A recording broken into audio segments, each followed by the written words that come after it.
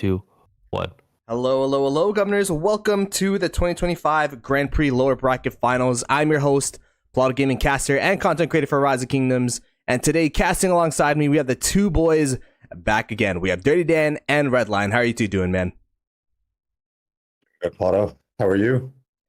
Doing Well, well. was good. Hello, chat. What's up, Dan? Ooh, shit. The Grand Prix is a yearly event that combines the best Osiris League teams from the two servers, the international server and the Chinese server, pitting them against each other to fight for the crown of Grand Prix champion. The series that we're casting today is a clash of the two servers fighting for the last slot in the finals. Today we are casting a 60 GT versus 62 M1. 62 M1 come from the Chinese server and were knocked down to the lower bracket finals with a 0-2 loss against 45Q yesterday.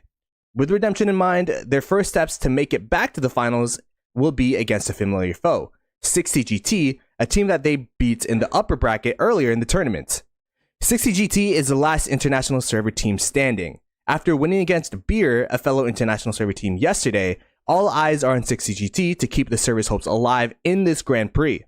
With a wide variety of plays in their playbook, they're looking to have their revenge against 62 M1, the team that sent them down to the lower bracket in the first place, and make their way all the way back to the Grand Prix finals since their heartbreaking loss in 2023. The last hope of the international server versus 62 M1 that is hungry for redemption. Will 62 M1 repeat their success against 60 GT and climb all the way back for a rematch against 45Q? Or will 60 GT overcome 62 M1 and represent the international server on a familiar stage, the Grand Prix finals? Man, what do you guys think of this? Starting with Dirty Dan, what do you think of this matchup? Well, it's going to be an interesting one for sure. 60 GT kind of looking for that revenge for getting sent to the lower bracket from 62 M1 earlier in the tournament. And then I think 62 M1 also kind of, wants to redeem themselves from the 0-2 loss in the series against 45Q yesterday. So I think it's going to be a nice little story of redemption for both of these teams. And I think it's going to be have on our hands today, Redline.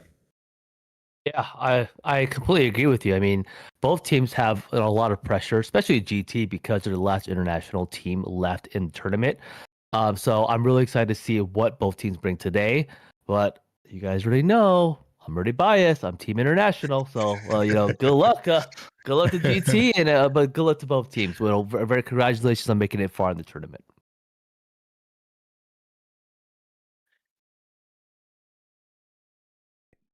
These are two of the last three teams left standing in this tournament. 62 M1, they did lose against 45Q yesterday. 45Q is already in the finals, waiting for the winner of this series. 60 GT, I mean, a lot of people thought Beer would win, and then they pull off that obelisk play yesterday, which was just absolutely crazy. They used sneaky tactics, for those that didn't see. They used sneaky tactics, which makes your marches invisible, put all the marches around the bottom side obelisk, and then Beer just couldn't teleport in. And after all of that, they were able to swarm down the obelisk and essentially securing them the game. Although Beer did put up a good fight, this is going to be a best of three. At 62 M1 are familiar with 60 GT. They did fight in the upper bracket. It was a very close game, by the way. I think less than 1K points. And it's going to be a really interesting thing to see how these teams react against each other, especially since this is 60 GT's first best of three of the tournament. 62 M1, they got there. They were able to have that best of three experience yesterday. So what do you think will happen in this first game? When you have that extra game to lose, do you think there'll be more of the obelisk plays? Will it be a bit risky, or do you think both teams are just going to see how it'll play out and play kind of standard here, Redline? Dude, best of threes are always scary, man. It's like, do you really kind of give up that first match to really determine what your strategy is? I do think that there will not be an obelisk type of play. I think they're gonna play it safe the first match, and then since there's automatically a second one, then I think that's where it gets a little more riskier. But I don't think we'll see this first match. I don't know what you guys think. What about you, Dirty Dan?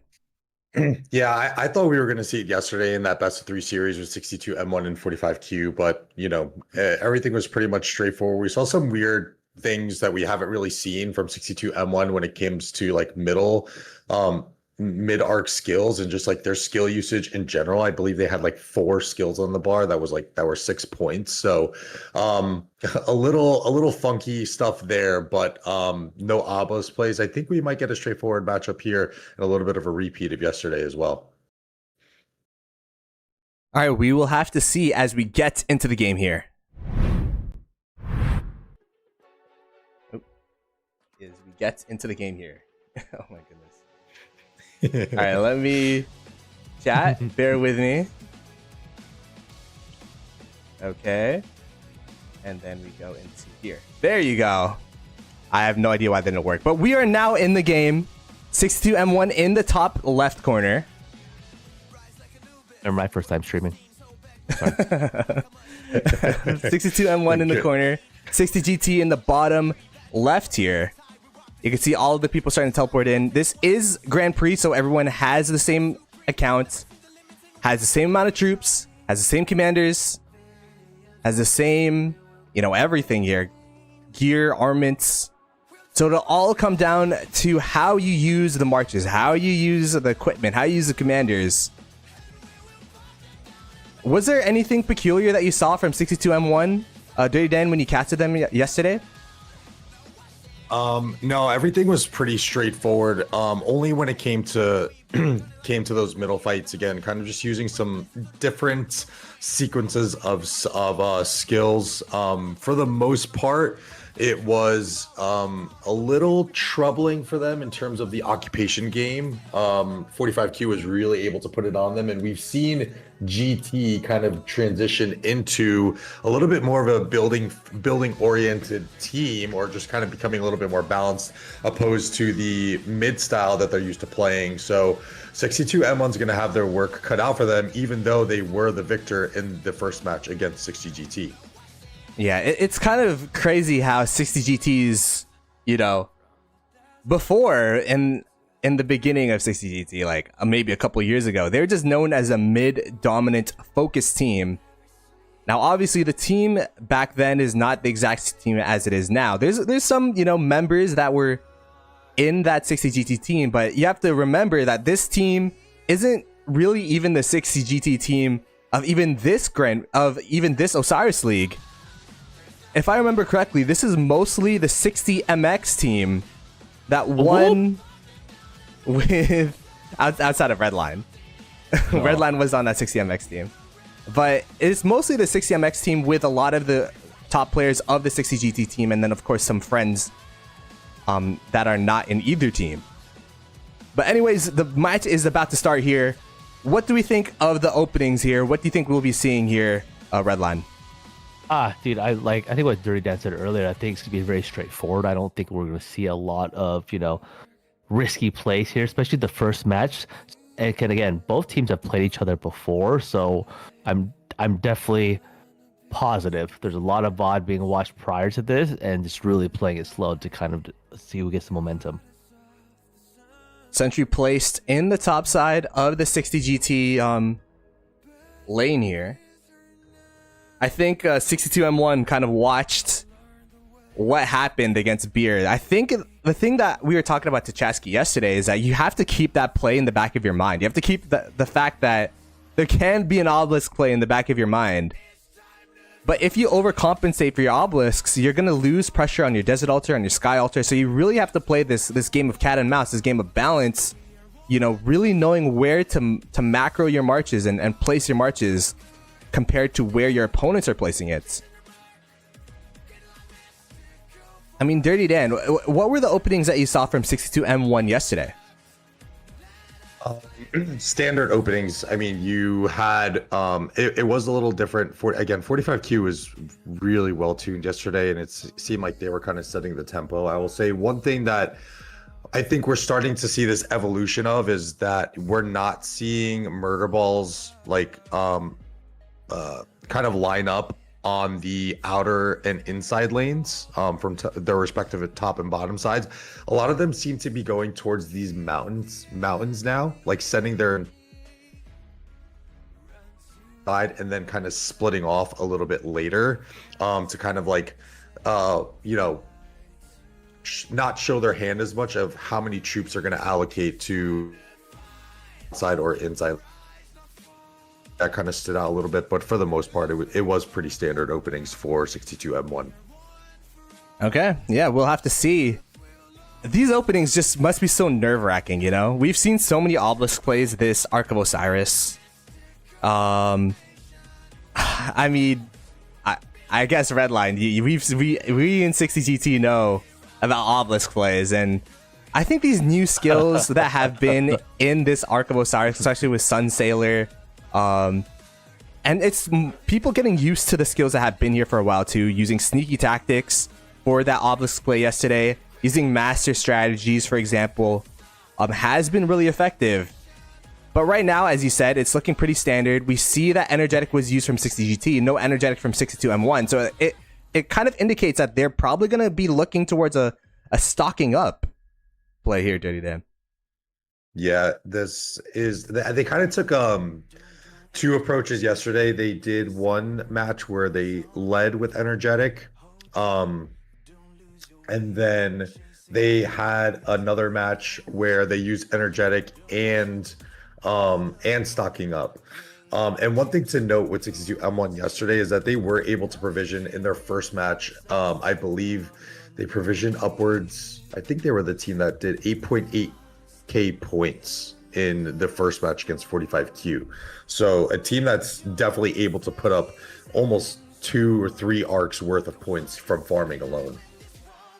60GT in their last match against Beer also put up 8.1k in terms of provision. So heavily provisioned teams here. I feel like in this stage of Ark of Osiris, in this stage of the Grand Prix, you have to provision to make sure that you have a base amount of points, to make sure that, you know, you have an arc or two worth of points here. You could see that both teams are now posturing around each of their desert altars. The double C scout marches, Belisarius Prime scout marches all over the place, just making sure there's no shenanigans going on. But we can see that there's actually a murder ball fight in a peculiar spot. It's going to be right in front of the sky altar here. And this is what I've been seeing. I did watch a couple of the matches against 62M1 and 45Q. Both teams kind of murder balled up both lanes behind that, like in between the sky altar and the desert altar. And it seems to be the case here as well, except this case it's going to be 2 different murder balls. 60GT able to burn the first one in this top side though, on the top side near the desert altar. Now having reinforcements come to this bottom side. Is this kind of like a 2-pronged attack where 62M1 were able to win this bottom side murder ball, 60GT able to win that top side, and it's kind of just, you know, both teams trying to figure out where their advantages are and playing from that. Redline, what do you think of this 2 murder ball assault in this bottom side of the map as the sky altar is about to open up here?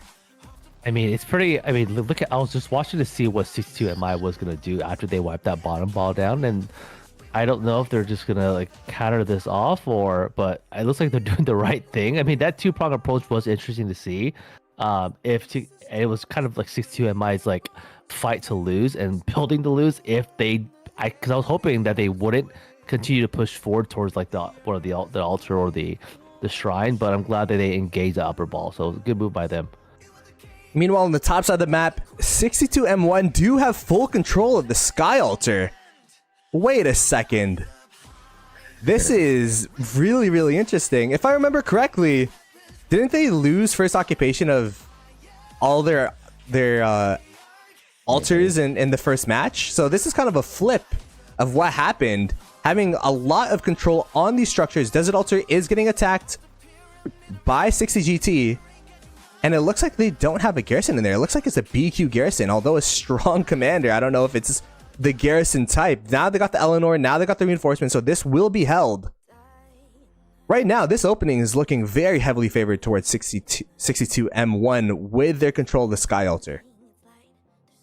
Yeah, this is definitely a cleaner opening that they had against 45Q yesterday, and maybe learning some things and kind of refining, and you have to contributed to, it sucks to lose, but you do learn more from losing than you do from your wins. So 62M1 kind of re-refining here, and they're making a play here to get a 3 altar first occupation swing. 3 altar first occupation in a team that we've been talking about that's pretty occupation focused in 60 GT. I feel like if you lose first occupation in 3 altars, you're kind of more pressured to go for that Ark play. You're kind of more pressured to be like, oh, we're kind of down. We have to go for the fences for an Ark play so that we could slow down the game and then we'll be able to stabilize. Or, you know, a really early no mark so that you can get some of the points back. Because these altars, they do give a lot of first occupation points. It gives 750 points. But you have to keep in mind, 750 points towards your team, 750 points taken away from the opponents. So overall, that's like 1.5k point swing. Although they do not have a garrison in here, 60 GT were able to take it back. And now everything looks pretty stable. It will be a delayed Sky Altar capture. They were able to deny maybe, what would that be? 450 points? Because they were able to slow down the Sky Altar capture. But all things considered, even though they were able to take that Sky Altar, everything's looking pretty standard as everyone's now starting to go middle with 4 minutes to go as the Ark spawns. From the positioning here, Redline, what do you think of the state of the match right now? And I guess both teams going straight towards this middle lane, specifically 60 GT, where they're really sending everyone from spawn straight towards Ark.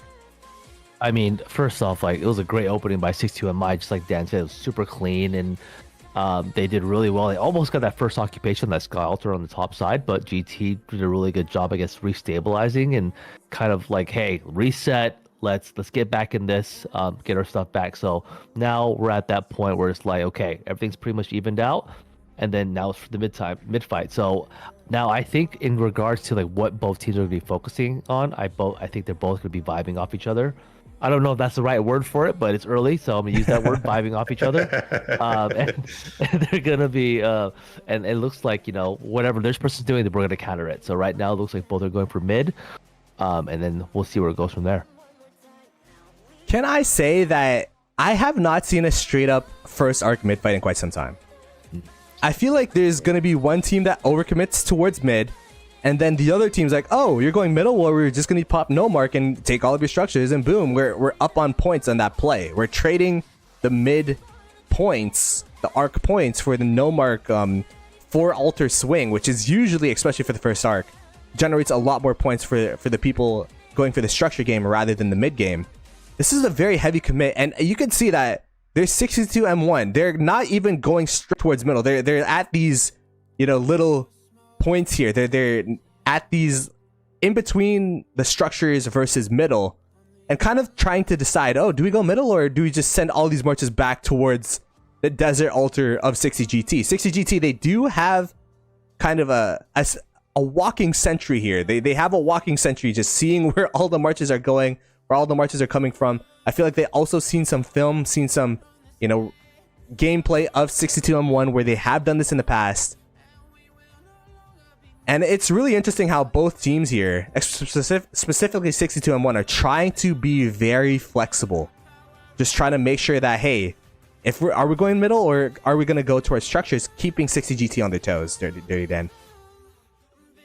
Yeah, it's something that we're seeing more and more of, you know, this kind of split approach in mid. I think there's a few reasons why they do it, but I think the main one is obviously this, you know, sacking of the first mid, to pop no mark and go for your structures, as you kind of mentioned before. And I mean, look, I'm always down for a good old fashioned mid brawl fight, and I know Redline is too. So I think you're right. I think it's been quite some time since we've got a first mid Ark fight where these guys just ended up throwing down, and it looks like we're probably going to get that here.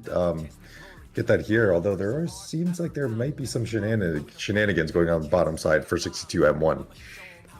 Some shenanigans going on the bottom side. Let's see. Yeah, exactly as we were talking about.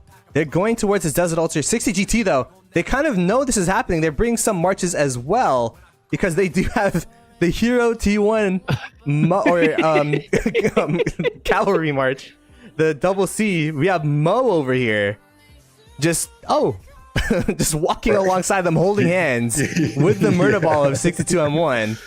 So this is going to be a play responded to by 60GT. The murder ball fight in middle has started as well. 30 seconds until Ark spawns. Desert Storm used middle. Everything's going on and popping off all at once. 20 seconds until Ark spawns. From this position, who do you think's favored, Redline? I mean, look at what I'm seeing on the screen right now. It looks like GT might have this mid fight based on the number of stat bases that are going along. But I do want to commend though for that counterplay that quick audible that GT did based on Mo kind of shadowing like that little murder ball top side to the altar. So really good play by GT from what I'm seeing.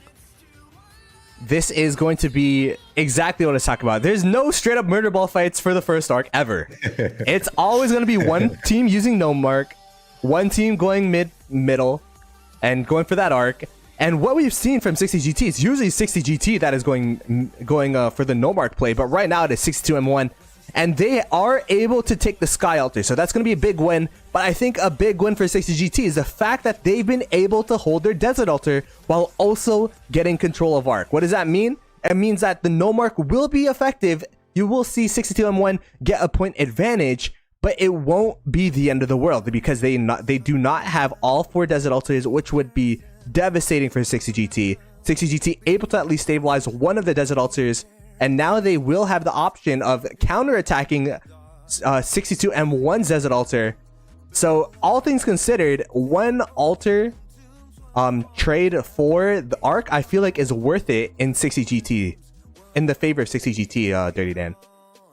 Yeah, I agree. And to Redline's point, it was an excellent audible from 60GT to pull some of those troops out of the mid and revert back to their Desert Altar. And yeah, this kind of helps GT in the little bit, I guess, if you want to call it a sloppy opening, although I don't really think it was. I just think maybe 62M1 just had a little bit better execution because they are up on the scoreboard right now. So this is a nice play to kind of mitigate a little bit of a weaker opening that they had compared to the 62M1 opening. And I'm going to be curious to think of what is left on 62M1's skill bar, because like I said yesterday was some really funky stuff, and they haven't showed their hand on a skill point generation skill just yet. So it's going to be stocking up, but we got to kind of question, when is the stocking up going to come into play, and what combination of skills are they going to use with those skill points that they're going to have. Yeah, I mean, it's pretty interesting to see a team not use a point generation skill 1/3 into the match. I mean, I would assume that means 60GT is definitely up on points. They're able to use energetic whenever they want to, just gain points passively, versus stocking up. For chat, if you don't know, stocking up, you gain points based on provisioning. And the difference between energetic versus stocking up is energetic, yes, you get more points just passively. You don't really need to bring in your provisioners. You're able to hide your provisioners and how many points you got from your provisioners throughout the whole match. Stocking up, the benefit of stocking up is, even though you have to bring in those provisioners, you could pop skills and then use stocking up and bring in those provisioners so that you could use more than 10 points worth of skills. You could use 12, you could use 14. Just bringing in the provisioners. And it looks like 62M1 are going to be going for a big play here. And what are the response from 60GT? They're going to be using no mark, so that indicates to me that they're going to be holding this arc for as long as possible so that their bar can get as full as possible, and just try to stabilize the structures around the map with the counter no mark that they're able to pop just in time for them to capture this Desert Altar. Redline. Dude, great points you just made, but I'm also thinking, I see so many CCs and Belisars just running around the map. Like, how do they micro that much, guys? Impressive. Like, just being those sentries throughout the entire map, so they can obviously save energy instead of using sentries like all day. They have these little, literally mobile sentries going around the map. So commendable to these teams that is level for executing such amazing, management of their marches. Yeah, I mean, the micro of these teams, because usually when you're playing KVKs especially, you just 7 marches, all hit this one thing and that's it.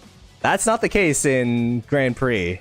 That's not the case in Ark of Osiris, because you're going to have marches filling rallies, you're going to have marches open on the open field, you're going to have now those double C Belisarius marches just trying to see what's going on, And then on top of that, you probably have some arches provisioning. So you're doing everything. You have to be omnipresent on this map, making sure all your marches are not AFK and they're all doing something. If you're even not moving for 1 second, I mean, these marches are reinforcement marches, so we'll give them benefit of the doubt. But for the marches that do need to be doing something at all, like all the time, you have to make sure you micro those 5 different marches, which is very, very tedious and very, very tough.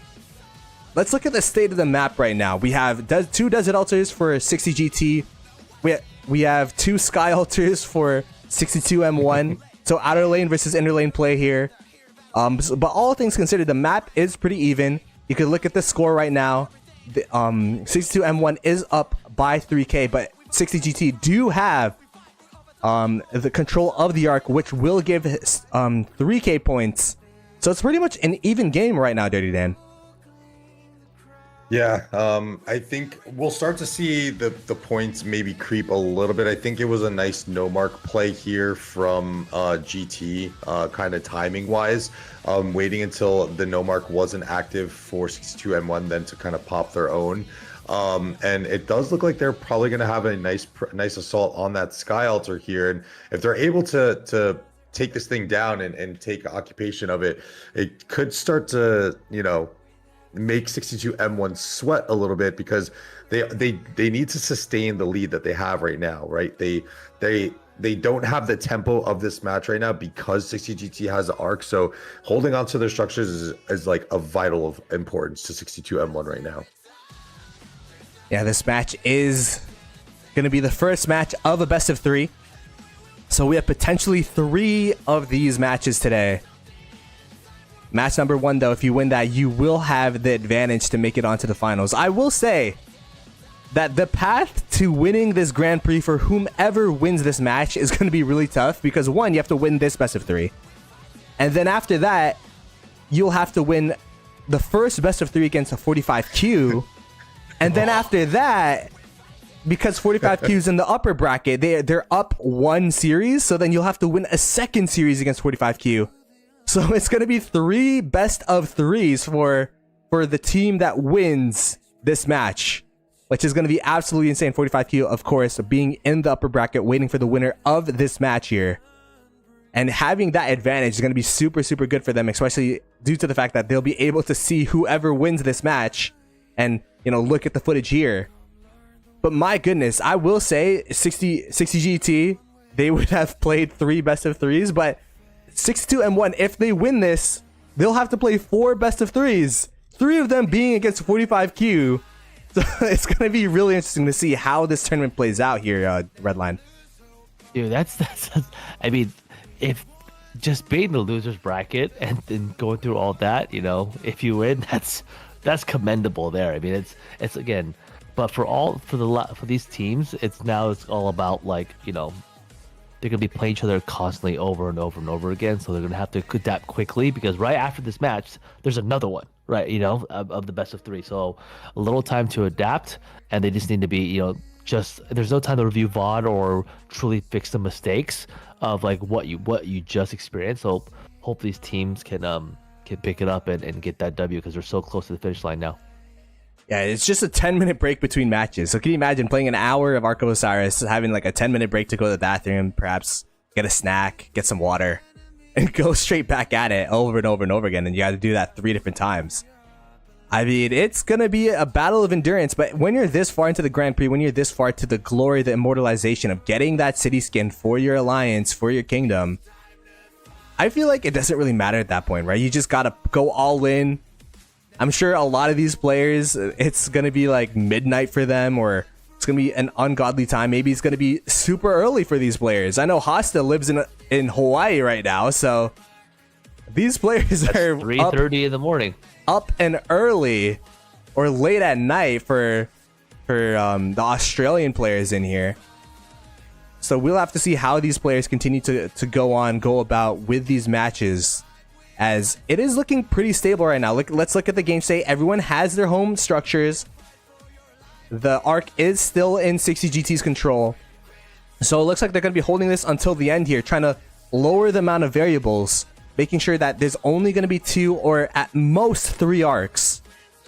And, that means that the occupation score is going to be worth more. The provision score is going to be worth more because there's just going to be less points up here in the board, Dirty Dan.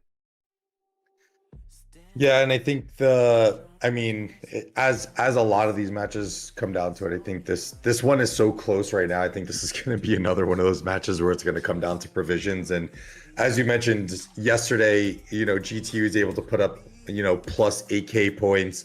62 M1 also able to put up plus 8K points. So these teams definitely know how to put up points in bunches when it comes to farming. And we're gonna have to see. I think this next arc is gonna be super critical, and it's really gonna kind of set the tempo for the second half of the match. Yeah, this second arc, which there's gonna be 5 minutes until this arc is gonna be captured. There's gonna be 8 minutes until the arc spawns. So if we do mental math on stream here, that'd be 13 minutes until the next arc. Mm-hmm. So it's gonna be a little bit of time. But yeah, this second arc could make or break the game. Those 3.5k points, especially with how close these teams are, 60GT is in the lead in terms of true score because the arc that they have right now will give them 3k points. And right now they are down by about 2.5k points. So a total lead of 500 points right now for 60GT. Just in the bank right now. So it'll be really interesting. The game is so close. It's on a knife's edge right now. Just trying to figure out who's gonna win. And if there is gonna be that second arc fight, I feel like that 3.5k can make or break this stalemate. But I mean, we'll have to see. There could be another no mark play. There could be a time warp into no mark for whomever doesn't go middle. So you just have to keep these plays in mind, Redline. I'm just looking at the scoreboard and how these buildings are going back and forth. It's going to be so close, and just like you guys said, this second arc I think will also make or break this game for either team. Right now, GT does have the momentum, and it looks like they're really closing that gap slightly with 62MI. So I'm really interested to see what's going to happen in the next couple of minutes, if they're going to turn it in now or not. They're going to turn it in now or not. So yeah, we have 3 minutes to go. We have seen crazy plays from the Chinese server before. I don't know if you guys remember, but I think it was actually in the grand finals. GY16, they had control of the arc, and because they want to reset it, they let the arc not get captured. They let the arc reset, and what happens is that if you don't capture the arc within the 15-minute time window, it resets middle in a minute. So it makes it so that the arc spawns within 1 minute. You don't get the points, obviously. But because GY16 knew that they weren't going to be able to capture the arc, or knew that they didn't want to capture the arc, they had control of middle and just brought the arc back and were able to reset it and pretty much make it a one arc game. We've seen 60GT with some crazy plays. I don't know if they're going to gamble it on that. And if they're that confident in their provision plus building game, but we've seen some pretty crazy plays, Dirty Dan. That is a really hard gamble, and I mean, he was kind of playing with that strategy a little bit. They kind of they were milking the arc hold because they knew that 45Q was capped on points, and 45Q they were waiting for the second arc to spawn to unload those points, and 45Q kind of called the bluff and ended up using no mark on them, which kind of forced 62M1 to go ahead and score the arc. Yeah, it's actually interesting to see. I mean, we kind of guessed right that there's been no trickery in these matches, and I mean, Redline, I don't know about you, but I mean, I don't think I'm super conservative, but if I have a best of three, I think I'm taking a shot on a wild play here. So we haven't seen it yet. There might still be one coming. Yeah, I mean, I think we were all right about it being right out the gate to kind of be more conservative in the beginning, not to do anything funny right out the gate because it's the first match. But at this 30-point mark, I do anticipate that something will happen. Now, I think it'll happen more on the GT side because they have the momentum. So we'll see here, but I think this could be the right time to do it because you have the extra match and because you have the momentum. It might be the right place to do it, but we'll see. 60GT, by the way, are now officially down. They're up by 500 points. Now they're down by about 200. So there has been a 700 point swing due to the fact that they lost a couple structures. They lost the Shrine of Life here, and the points per minute you could see is now pretty even. But before, when they didn't have the Shrine of Life, it was, you know, going towards 62M1's way. 62M1 for chat is from the Chinese server, so they are not from the international server. They're representing the Chinese server, and 60GT is the last team in this tournament that is hailing from the international server. It was Beer and 60GT, but 60GT were able to win against Beer yesterday. So 60GT being the last sole representative of the international server, you know, really, you know, accumulating all the experience, all the hardships, all of the work that the international server has put in to make it this far, as 60GT has captured the Ark, and there will be an Ark spawning in about 8 minutes here, Dirty Dan. I was about to say, I was like, they're cutting this really close here. I thought the play of GY16 was about to come to fruition there, that you just called out. So, yeah, I think there's going to be a big play coming soon. I mean, I feel like this has been a, you know, as we kind of said, a really kind of conservative match so far. And I think it's bound to happen that we're going to get a big play. Not to mention that 62M1 still hasn't used any skill point developing skill. Stocking up's going to come into play. They have, I think, only brought in like their passive provisions. So there's going to be a nice chunk of provisions that are going to come in for 62M1, which is going to really load up. So this next arc is going to get really juicy, and I think we're going to see some funky stuff. We're going to be seeing some funky stuff with this next arc. And now the question is, does 60GT go for the next arc, or do they reverse the play and go for no mark on the buildings? This next arc will be worth a couple more points. It will be worth 3.5 compared to the 3 of the first arc, as each arc incrementally gets more and more points, 500 points per arc. So we will have to see what 60GT decide to do here. But right now, it'll be the standard back and forth building game. And from what I've been seeing, I feel like the buildings outside of the Shrine of Life have been pretty stable. It's been pretty stable for both sides, holding their home buildings here. But man, this is getting closer and closer and closer. And we've seen a close game of 60GT versus 62M1, as you were talking about, Dirty Dan. Stocking up has been used for 62M1, so they are going to have a points advantage for the second arc. Yeah, I'm very curious to see what the rest of their skill bar is, because the one thing that pigeonholed them yesterday is that they brought Time Warp, Master to Death, which did. He seems to be cutting off a little bit, but he's saying that they used Time Warp and they had To the Death. And they used Master Strategies to bring it middle. So they used the teleport skill to bring their marches middle, which is not usually what you see. It's a big investment. It's 6 points, right, Dirty Dan? Yeah, correct. Yeah, and they actually, in the second match, they actually used it. They used it twice. They used Master Strategy into Time Warp into Master Strategy to bring 2 batches of troops into the middle for them. Yeah, which is, I mean, wow. The Master Strategies does give an attack boost. But I feel like the biggest thing about Master Strategies isn't for that attack boost. It's for the positioning. It's so that you could get to a place that you would normally not be able to get to.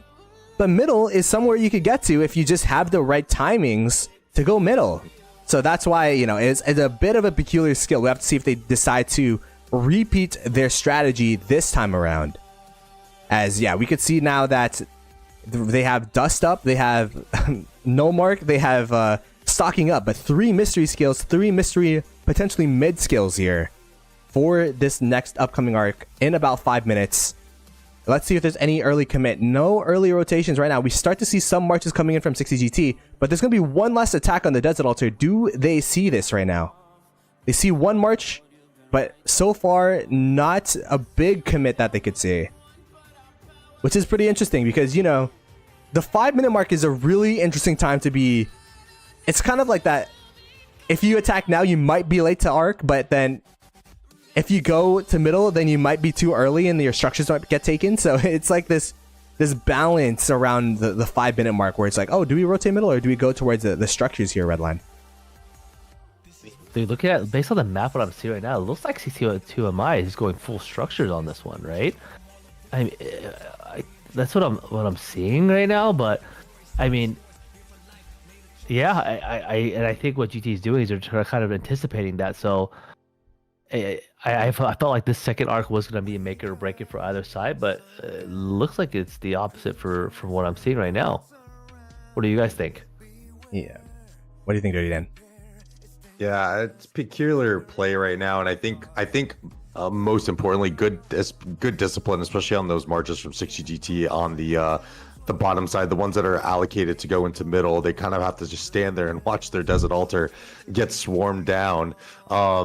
So yeah, I'm very interested to see where this is going. I think might be a little bit of that Chinese server innovation that we're kind of used to seeing, and they're bringing something a little bit different to us in this first best of 3 match against 60GT. Can I say one potential play that 62M1 might be employing here? What if we're gonna go building game until like 30 seconds, and then once 30 seconds eclipse and 60GT have committed to, you know, protecting the structures because they're like, oh, we're not going middle anymore, we're going structures. Boom, the double master strategies play. But it looks like right now, 60GT kind of called the bluff here.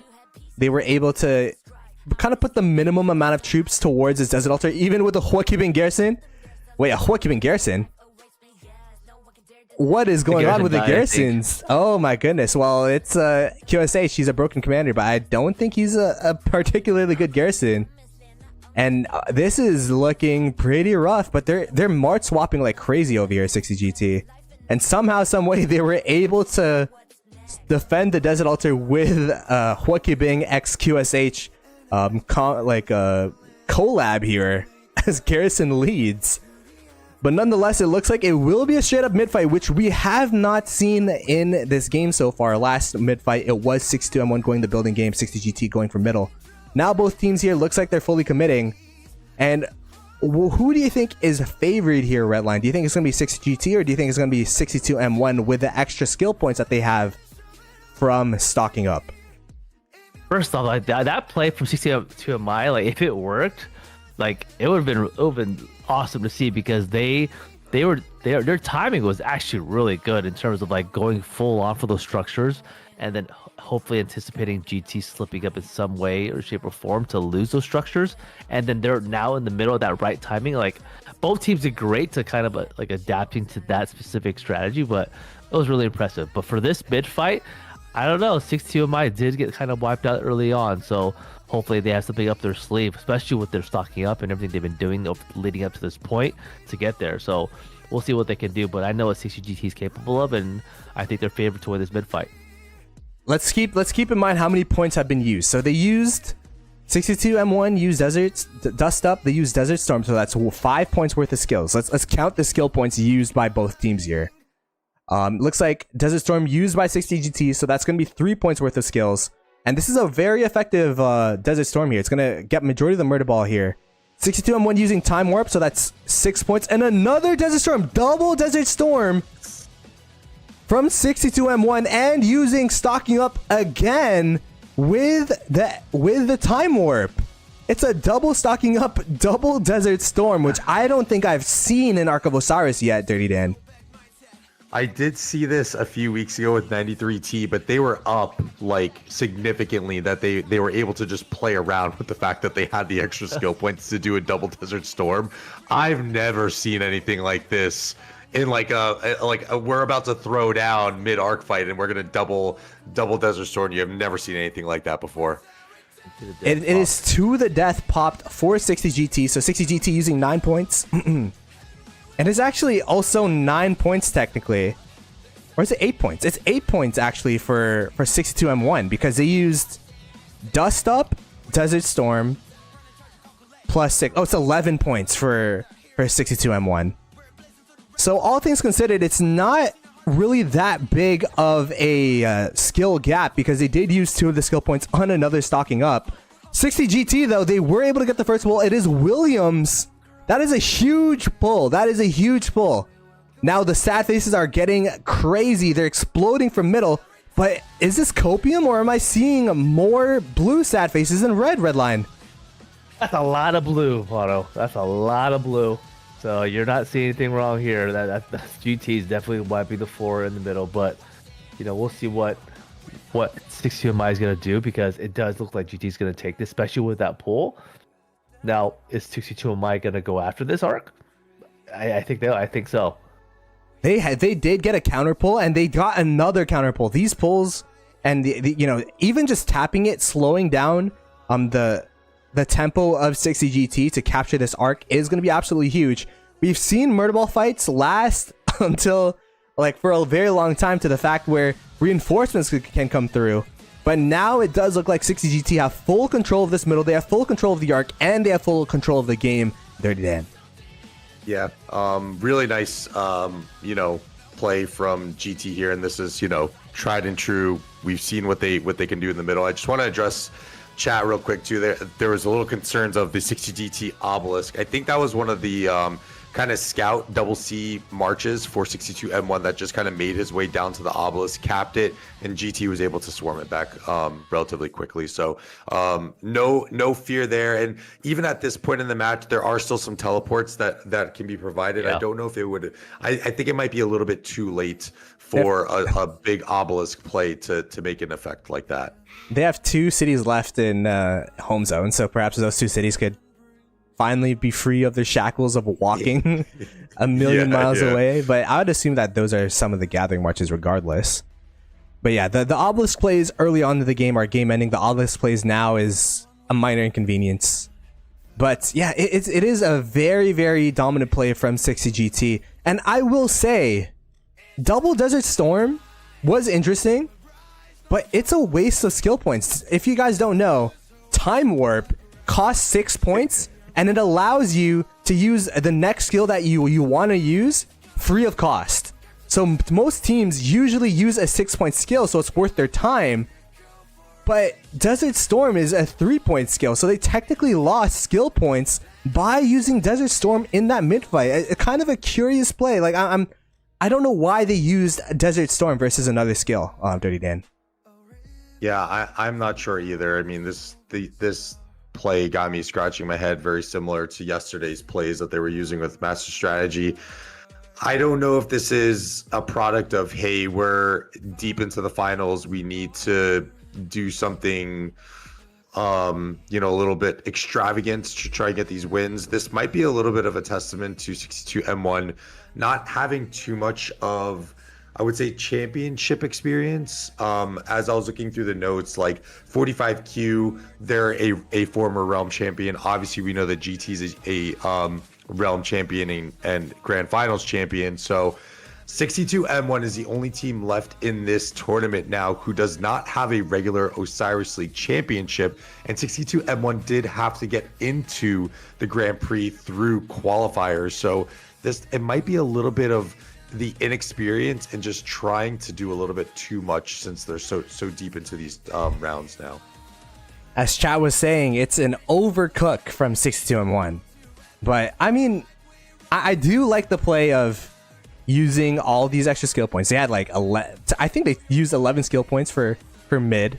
But the true skill point usage for mid, because it's 11 skill points used, but it was 8 skill points technically, right? Because it's 2 Desert Storms into a Dust Up, which is only 8 skill points.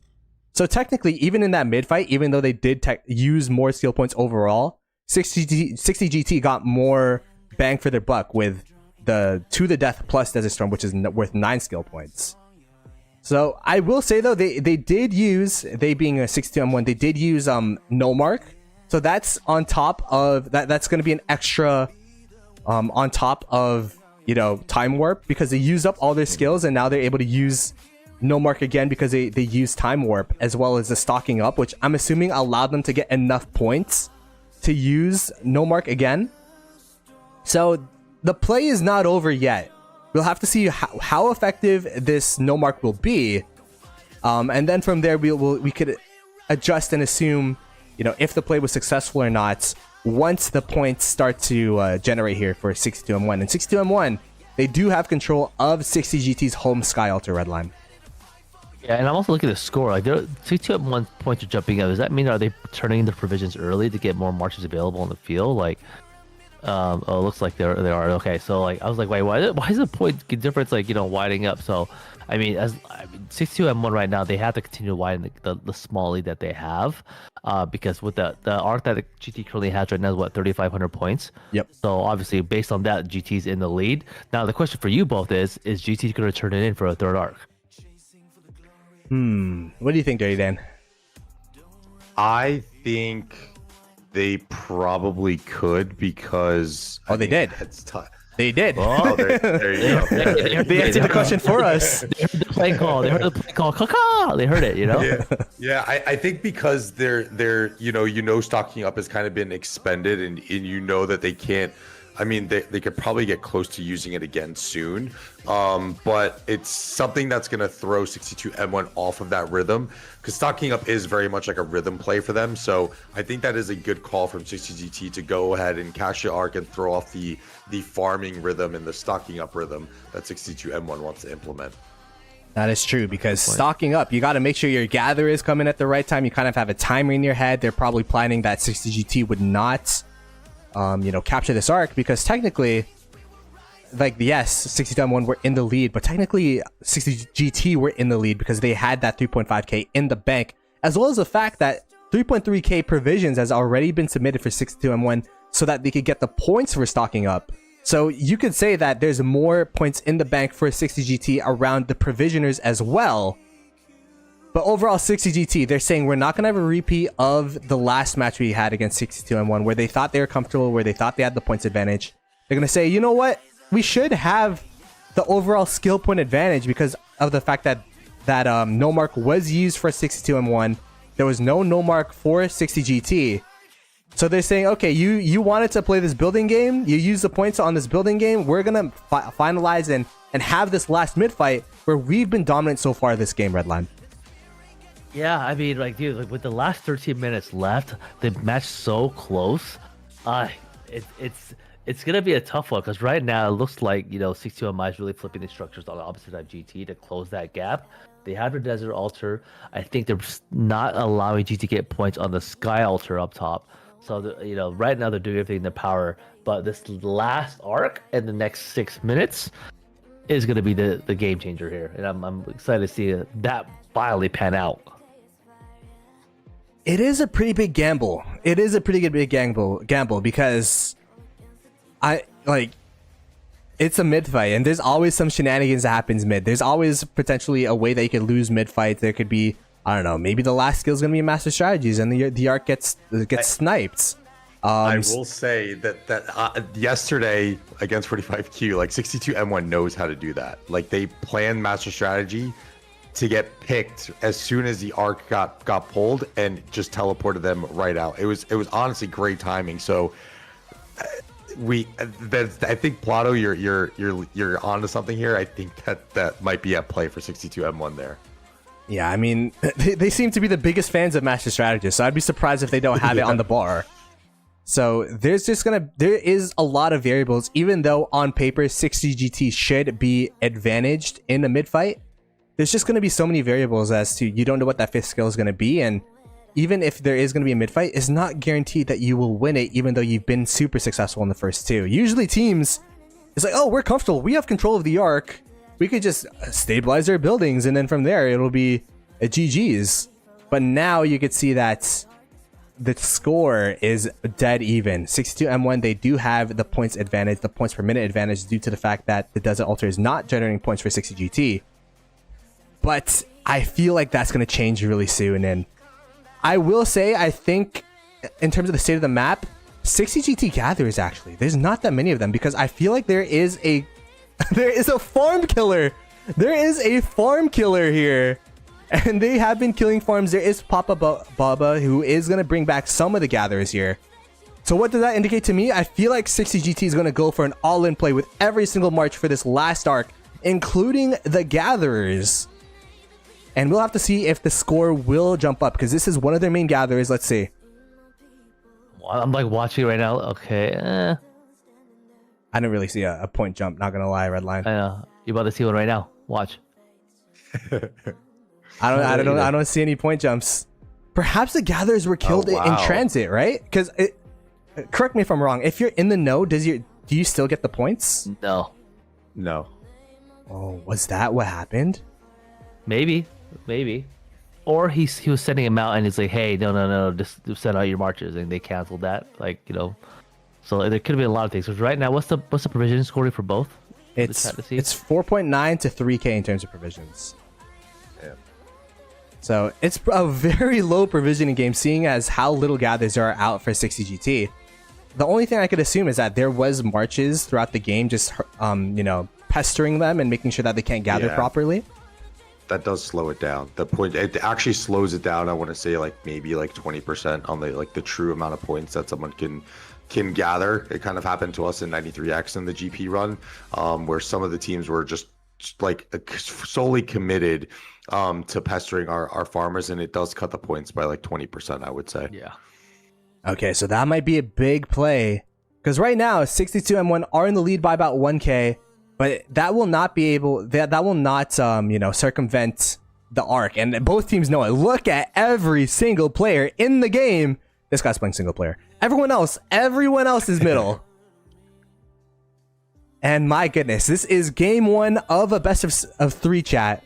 So whoever wins this will be advantaged to make it through, but the loser will still be able to make it back if they win 2 straights. What do you think of the positions here? What do you think of the state of the game right now, Dirty Dan?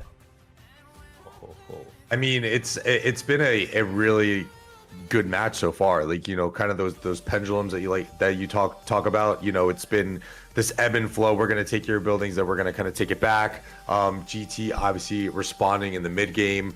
I think we've seen 62M1 pull the occupation game while GT's kind of running the mid, and it's going to come down to it here. Desert Storm used, so that's going to be 3 points for 62M1. No skills used as of yet for 60 GT.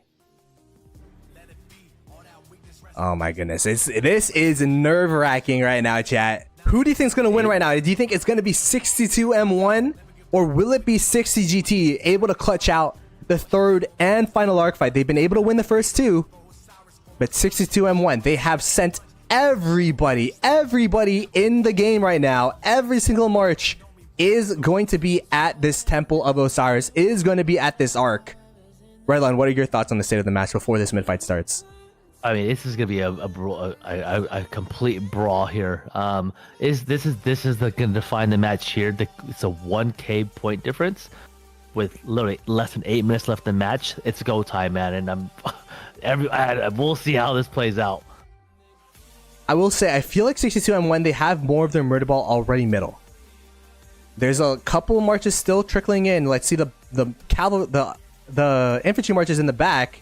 They still have 1 minute to go, as it is to the death. To the death used by 60 GT.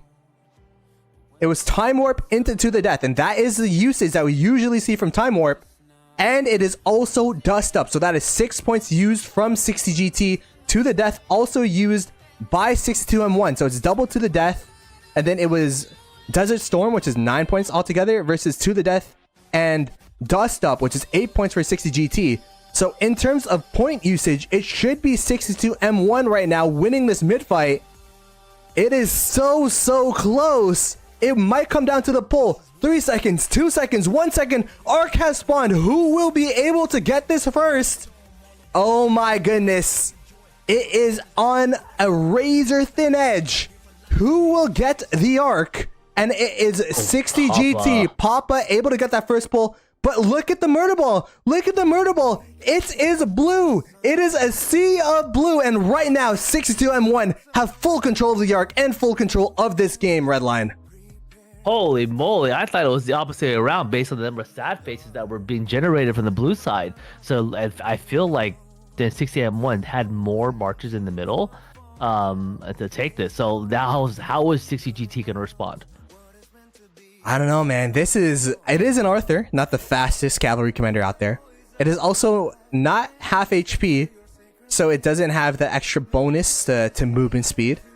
But what a big victory. What a clutch victory from 62M1.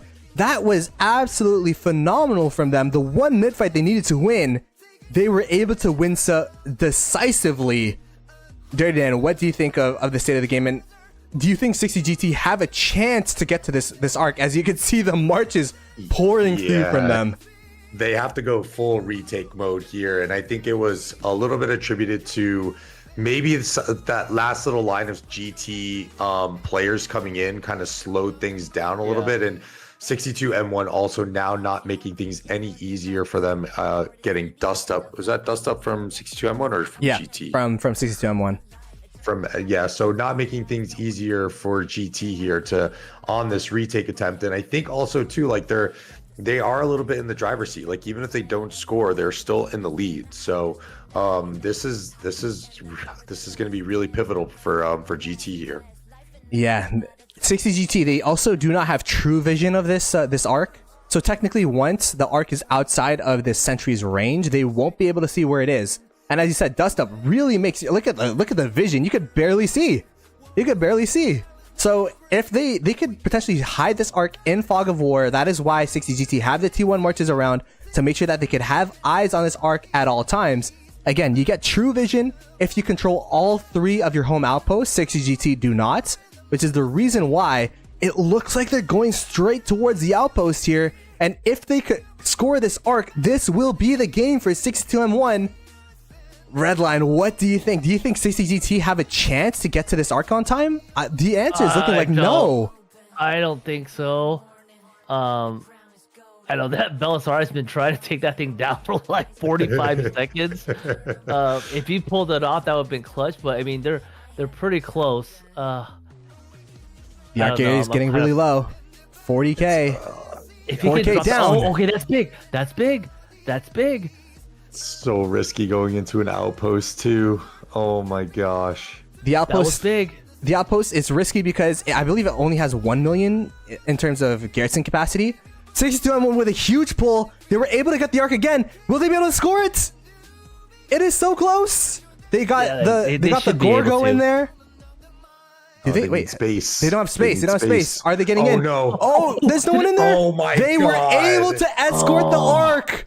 Wow. Did they empty it completely? I think they emptied it completely. You saw that too, right? I was like, wait, there's nobody in there. Oh my goodness. Wow. Okay. I mean, guys, there's 3 minutes left. Is there any possible way you think the GT can pull this off? Not with 5K. Not with 5K, right? They don't have provisioners. They're down an altar as well. They're down all the topside structures here outside of the desert altar. So what a huge play from 62M1. And 60GT is a valiant effort, but they just were not in middle on time. Which is kind of a surprise, right? Because they're the ones that chose to fight this last mid fight. They're the ones that captured the second arc to make that third arc spawn. But it just was not the right time. It was just not the right, they just didn't have exactly what they needed in that last mid fight. 62M1 able to dig deep into their pockets where they did not win that second mid fight. It looked like a decisive victory for 60GT. But in that last, most important, decisive mid fight, 62M1 were just able to take the victory away from 60GT. What do you think, Redline? I think on that last mid fight, because the first 2 GT did well, right? They owned both those middle fights for the first 2 encounters, but the third one, I think the numbers were the issue, right? Because we did see like at least 15 marches still working their way towards the middle, and that's a big deal, right? Especially with all the skill usage that was happening down the middle.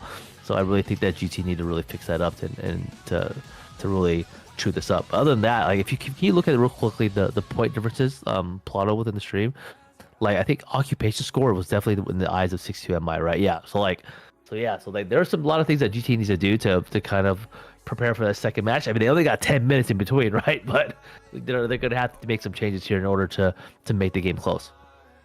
I feel like the original plan of 60GT was to not capture that arc. But because they saw how low and how much their provisioners were getting attacked, they felt like they had to make a play because 62M1, they obviously had more provisioning score overall in the map. And the fact that 60GT, a team that got 8K last match, now keep in mind that wasn't 8K where they had 3 altars, so they had less pressure on their gatherers because Beer was just literally on one side of the map. Nonetheless, though, they usually get around 6.5 to 7k worth of provisioning. 3.1 is super low, and 62M1 were successful in terms of denying the provisioners, denying that win condition, and making 60GT have to decide on a gamble which did not work in their favor. Dirty Dan. Yeah, I think GT. Look, I'm not nervous for GT at all. I mean, they're former champions. They're going to be able to kind of rebound from this. They just have to a little bit better the decision making down the line, and then they'll be fine. I think one of the things here to just like call out is like the improvement from 62M1 from yesterday to today, because they were on the back foot on this occupation game, and they had been able to put that pressure on GT now, and then maybe kind of that pressure has then caused GT to make some of these mistakes. So almost a night and day difference, aside from, again, some of the shenanigans that they're pulling in these mid skills, but honestly night and day difference for 62M1, and we're gonna have a really nice match 2 on our hands coming up here. GG's. 62M1 has taken game 1 from 60GT. We can see the true scores here. It's a 42.8k to 36.2k. Arc score going towards 60GT's favor, but the occupation score and provision score going straight into 62M1's pockets. Redline, do you have any final notes on this game? No, I'm looking forward to game 2, and I know the chat is as well. How about you, Dirty Dan? Yeah, for match 2, and make or break one for 60GT. So everything's on the line now.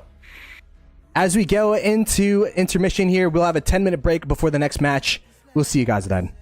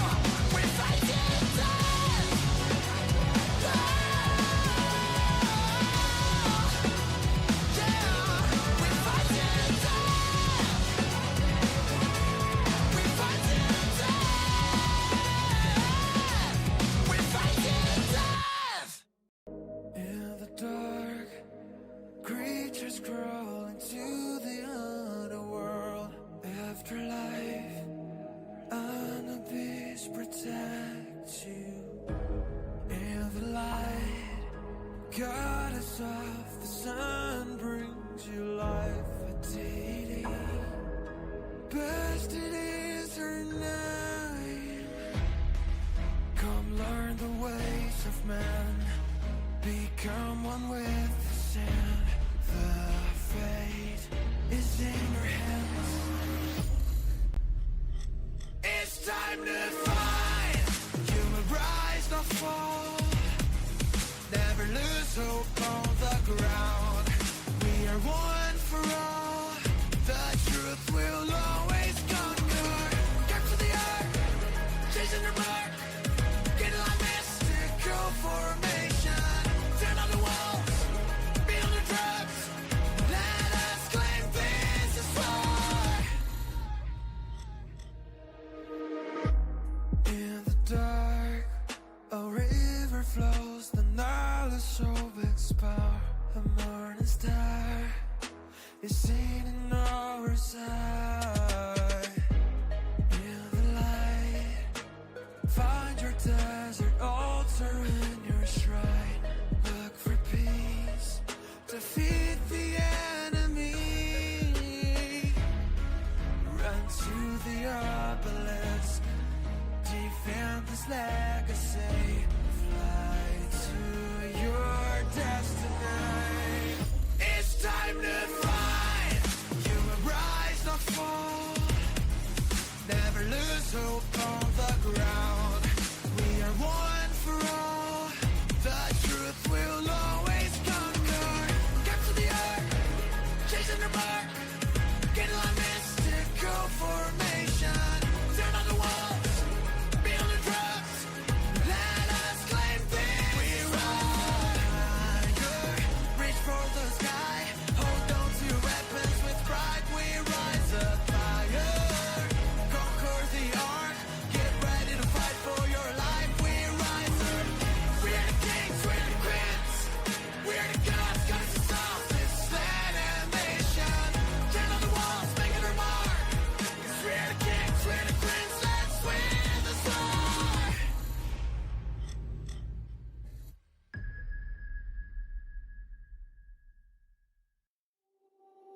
Stand up, don't drown in the dust. The land of the sand one's a prize on your hand. Hold tight, don't lose your way. Chasing for the glory to the end. Don't run, be the one. Bring all your dreams to the glorious kingdom. Are you hearing the voice of Seth call your name? Lost in the storm, hold your face and sword. Go fight a secret eye, win this war. We rise up higher, reach for the sky. Hold on to your weapons with pride. We rise up higher, conquer the ark.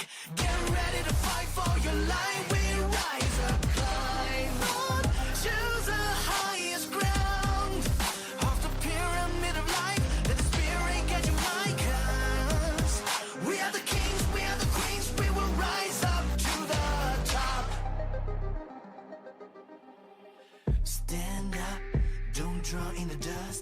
The land of the sand knows the answer in your head. Hold tight, it's worth the try. Chasing for the glory in the fight. Don't run, you're the one. Bring all your dreams to the glorious kingdom. Are you hearing the voice of Seth call your name? Lost in the storm, hold your face and sword. Go fight a secret eye, win this war. We rise up higher, reach for the sky. Hold on to your weapons with pride. We rise up higher, conquer the ark. Get ready to fight for your life. We rise up, climb on, choose the highest ground. Off the pyramid of life, let the spirit get you like us. We are the kings, we are the queens. We will rise up to the top. Even when stones may break your bones, but you are stronger than the heaviest waves. The earthquake won't shake you, 'cause you are the king, you are the queen, you are the truth of the land. Hello, hello, hello, governors. We are back for game number 2, straight back into the action. Hopefully you guys got your snacks, you went to the bathroom, got some water, as this one will be a banger yet again. We got 60 GT, this time in the top left, versus 62 M1 in the bottom right corner. So kind of flipping sides here. We'll have to see if that proves to be, maybe it's blue side victory, maybe blue side's OP, who knows. But we are back into the game here. Dirty Dan, how you doing, brother? I'm doing good, Plata. Good to be back with you. Yeah, man. That first game, heartbreaker for the international server, but really well played by 62M1 in that last mid-fight. For a recap, 62M1 won in terms of, you know, just playing the building game, as well as denying provision from 60 GT and getting provisions of their own. And then on top of that, they were able to secure the last and kind of crucial arc, the third arc, and from that they were able to secure the victory. 60 GT, they went through arcs, but I think they'll have to go back to the drawing board here, because what happened last game was kind of, you know, really unfortunate with the gatherers, as well as, you know, that final mid fight was really, really tough. Dirty Dan. Yeah, I think if I'm 60 GT, you, especially with, you know, your Grand Prix hopes on the line, you have to go and do what you're best at, right? Do whatever you're the most comfortable at, whatever can get your team, your coordinators, your players into a flow state, so that way it reduces the amount of thinking and you just go. You just work on instinct, because the more we think about the actions that we have to do, the more prone to mistakes that we're going to make. Now, on the other side, 62 M1, I think, has some options now that 60 GT does have to also think about. Opening obelisk plays, sacking first mid arc for a potential obelisk play on that first mid arc that spawns. So 62 M1 in the driver's seat here, and it's going to be really tough for 60 GT. They're going to have to stay composed, and there's probably going to be some things that are thrown at them that they're not used to seeing, but they got to stay composed, stay focused, and they'll be all right. 60 GT lost the first game, now trying to get their redemption. They're technically 0-2 against 62 M1, trying to get that first coveted win to make it an even game stay here. Chat, let us know who you're rooting for. Is it the last team in the international server that is in this tournament still, 60 GT, or is it 62 M1 going for a rematch against 45Q? As now we see that it is going to be an energetic from 60 GT, and it is also an opening sentry right at the doorstep of 62 M1. Redline, what are your thoughts on this match? Do you think this is going to be where there's going to be some early game plays, maybe an obelisk play, or do you think it's going to be standard yet again? No, I think, like as Dirty Dan mentioned earlier, 62 M1 has the advantage here. They have the flexibility to make those plays, and you guys did mention earlier that they're known for those master strategist plays and those, you know, those sneaky tactic situations. So I think that we're going to see it here in the opening. But for GT, again, they are 0-2 against, you know, 62 M1, and it's going to be about composure. I know they only had 10 minutes to kind of, you know, circle back and kind of get their heads back in the game. So we're just interested to see what they do, if they continue to stay composed, and then bring this game to a game 3. Bring this game to a game 3. It would be really interesting. Bring them back all the way back to, and then, you know, get that potential path to the finals. But if you're 60 GT, you're like, oh, we have to win 2 games, and then we got to win another 2 games, and then you got to win another 2 games. It's going to be pretty tough on the mental. But you have to take it one game at a time. You got to make sure you try your best here and think about the next game when this game is over. We saw provisioners be a really big difference for 62 M1. Let's see if 60 GT are able to fix that, or if they're also going to be having one march just attack 62 M1 provisioners as well. We don't see energetic from 62M1, so it does look like they're going to be it's going to be a repeat strategy of using that that stocking up skill, which was super successful for them in that last arc. Again, we were judging, criticizing their usage of skills in that second arc, but that last arc when they used, you know, Desert Storm as well as To the Death, that seemed to be the magic play for them. But right now, from what we're seeing on the map, it looks pretty standard. I don't see anything too crazy, except for perhaps, you know, an outpost rally for 62M1. Outside of that, everything's looking pretty standard here, Dirty Dan.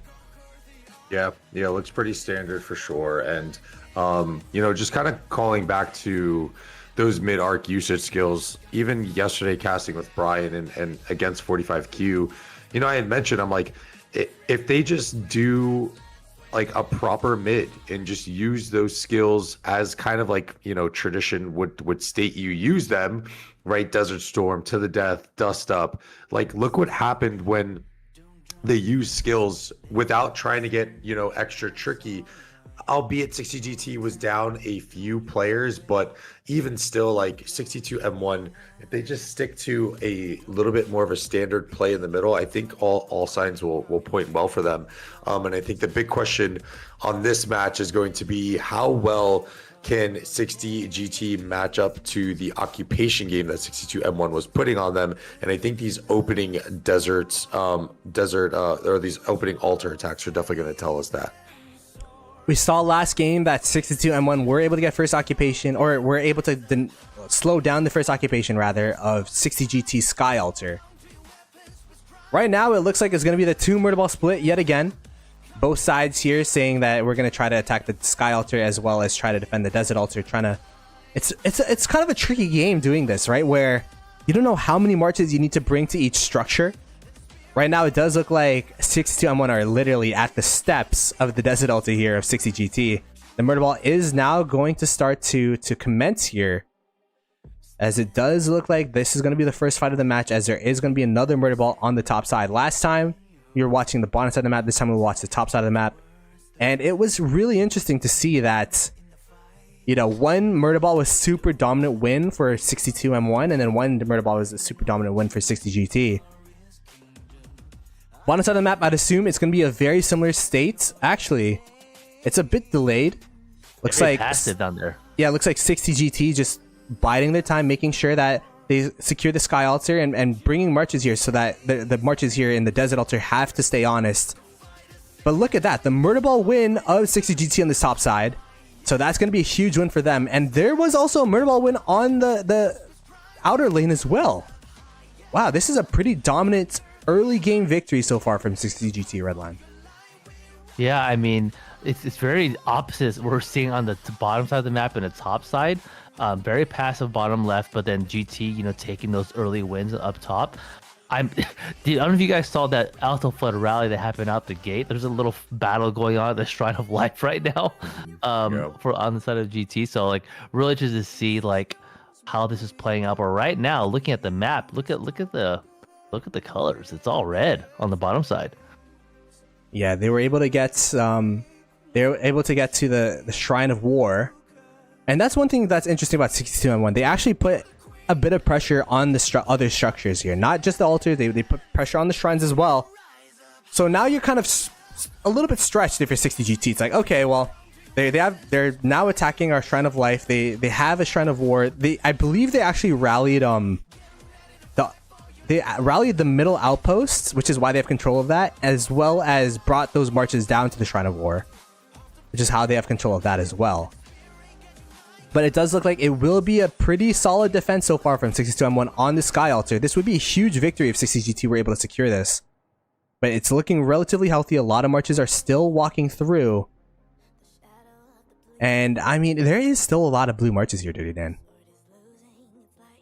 Yeah, it was a nice clean sweep for 60GT, and then with that rotation onto the Sky Altar, it is troubling because you know you obviously want to rotate and put some pressure on, but 62M1 obviously has a faster refresh time, so you kind of put yourself into this little bit of a sticky situation. And I do like the attempt on the outside lanes. We see how important some of those plays can be, especially going in before your first mid arc. It kind of poses the question to your opponent: do you want to go and take that back and be late for mid, or are you just going to kind of let it ride and make sure that you have your rotations going? But it looks like 62M1 has been able to successfully defend this, and we'll have a nice clean rotation into middle from the outside lane. A clean rotation from middle. Everything looking pretty good right now. Just the Shrine of War still under 62M1's control, but this is going to be the lane going straight to middle, so it could be a pit stop. It will injure the marches that are trying to go middle though, and there is going to be 50 seconds on this first occupation. Again, this is going to be a Shrine. The reason why it's not, focused that much is because the first occupation points as well as the points per minute is not that much. You could see it's going to be 400 points overall, 400 points given to 62M1 and then 400 points taken away from 60GT, so that'd be 800 points differential overall, but it will be recaptured. It's going to be a very standard clean opening from both teams, and nothing of note so far, Redline. Yeah, I mean, I think from the last match, correct me if I'm wrong, but they might be able to actually steal the Shrine of War. That's what I'm thinking. Like, didn't 62M1 like have like multiple buildings for first occupation against GT in the first match? Well, they denied the Sky Altar for a little bit, but they weren't able to get the first occupation. 60GT were able to take back that first occupation, but it delayed the point generation. And I feel like maybe they took a Shrine. We didn't really take a look at the Shrines too early last match, but they were able to steal the first occupations from 60GT. So yet again, 62M1 starting the game off with an early occupation lead, which is, really, really interesting. Because I believe the start of the game really kind of, you could kind of see like how the occupation game will go. It's like a microcosm of the occupation game in general, in my opinion, where you could kind of see, this is where the flaws are. This is, which team would have the advantage. And I mean, it looked pretty even, except for just the Shrine of War being able to get captured, and that's going to be a huge win for 62M1, as 60GT, the marches here will now have to decide, do we swarm this down, or do we, rotate middle? These marches here from Lupez looks like they're swarming it down, and they'll have to refresh or go middle yellow here, Dirty Dan. Yeah, it's always a tough choice here, and I just want to give a quick shout out to the Cav gang. We saw a really reasonable hold from a Jadwiga in 2025, so I'm quite satisfied. We can wrap this up and I can go home, but yeah. And shout out to all my Cav gang That's true, players, because you have to keep in mind they have all the commanders in the game, and they chose Jadwiga for the garrison. So Dirty Dan, you continue your point. Yeah, really interesting there, but yeah, it definitely does set the tone. You get to get a view of how the match is going to play out, and with last match you're getting a couple of those alter first occupation for 62M1, a little bit of a cleaner start here for GT, yet they are still down on the points by 1200. I don't think it's definitely still some things that looks like GT needs to shake off a little bit of rust here, and kind of really lock in for the rest of the 3 quarters of this match. I think that could be a factor. 60GT is rusty, because 62M1 did play some pretty competitive games yesterday in a best of 3 against 45Q. 60GT, they did play yesterday, but it was kind of a done deal. It was actually a pretty close game, considering the fact that they took Beer's Obelisk, but it was not the standard play whatsoever.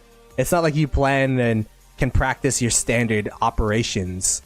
But yeah, it looks like both teams here are posturing for middle. We saw this from 62M1 last game, but they ended up using no mark early here. So perhaps they're gonna be using a similar play, or do you think there could be a master strategies to an obelisk perhaps for this first arc? What do you think, Redline? Oh, dude, that would be nuts if that were to happen. I mean, it's possible. I mean, it looks like they could be going for it. I don't know. Like, they're really bunching up pretty close here, buddy. So there's a chance that it could happen on this first arc. I'm gonna call it. I think there is gonna be one. And not to mention too, I'll add on to that. Maybe not. I was gonna say they're quite far away from they're quite far from the temple with 40 seconds left. So yeah, it looks like they are going to be fine. They're going to be going for this temple. There are a lot of marches here from 62M1 saying, oh, there's not that many marches actually from 60GT, so we're going to go building game. And yes, they are going building game. They used no mark, so they're going to go for the Desert Altar. They're like, you know what? The plan yesterday, or not yesterday, last game worked really well. So let's just run it back. Let's just run the same plan back. Use no mark first arc. And then they actually have quite a couple numbers middle. I don't think this is a for sure 60GT arc by any means, as there are a lot of arc carriers in the bottom here from 62M1 that could potentially take the arcs and take it over to their side of the map. Who will get first pull? It is actually 62M1 on the bottom side here. It is going to be a double C. So double C able to pull the arc. 62M1 also having 4 altars. This is looking really tough for 60GT. The 4 altar swing. We were talking about this, the play that 62M1 used last match. They'd used a no mark, but they're only able to get control of 3 altars. This time, having all 4, flipping them, and it looks like they'll be able to hold the Desert Altar. The Sky Altar looks like it's going to be under contention. I feel like 60GT should be able to take this back before it starts generating points. But nonetheless, it's denying points from 60GT, and this no mark play is going to be super worth for them. What's going to be the response of 60GT? Do you think they're going to go capture this arc right away, or are they going to respond with a no mark themselves? What do you think, Dirty Dan? I think they could go in and score this right away. They've only used the 2 points, so they will have the skill advantage. But when stocking up, I think this is the versatility of stocking up that we're now starting to see. Yeah. If you get put into a position like this, and I think, and to what I was saying before, you know, do what you're good at, and 60GT is really good at winning mids, so this might be something leading to that here. It's 1.2k, 1,235 points per minute for 62M1 to 150 for 60GT. Every single minute, they are losing 1k in terms of points to 62M1. Meaning, if this state continues for 3 minutes, it's already worth the first arc, which is absolutely insane. The arc looks like it's going towards the outpost, so perhaps they're going to go for an early capture. But to your point, 30 Dan, stocking up is the point generation skill, which actually benefits mid fights. So the fact that 62M1 are able to go buildings early, and then 60GT, they'll have to be super cautious with how they decide to play the mid fights, because they should be in a points disadvantage throughout the rest of these matches here, throughout the rest of these mid fights, due to the fact that they have stocking up. It's pretty interesting, the fact that 60GT using energetic and are opting into this mid play that 62M1 seem to be very comfortable with conceding. Man, what do you think, Redline? Dude, that play from 60M1 was insane, man. Like, that thing flipped the entire map. Like, that play call was like shift. Like, I can just imagine it, like, it said go, and then all of a sudden the whole thing is red. Like, that points per minute, like, literally just offset this first arc completely. And they insta-captured it. They insta-captured it in the outpost. And look at the score. They're still down by 1k. And every single minute, it's going to be down by another k, by another k, by another k. So it's going to be super dire in 60GT. They're trying to retake the Sky Altar, but 62M1 have been doing such a good job just slowing down the take, slowing down the retake, and they have marches just swapping in, trying to be as annoying as possible. And every single minute that they deny the Sky Altar is going to be a victory for them. They're just trying to make sure that they top off and make sure that they generate as many points as possible, deny the Sky Altar for as long as possible.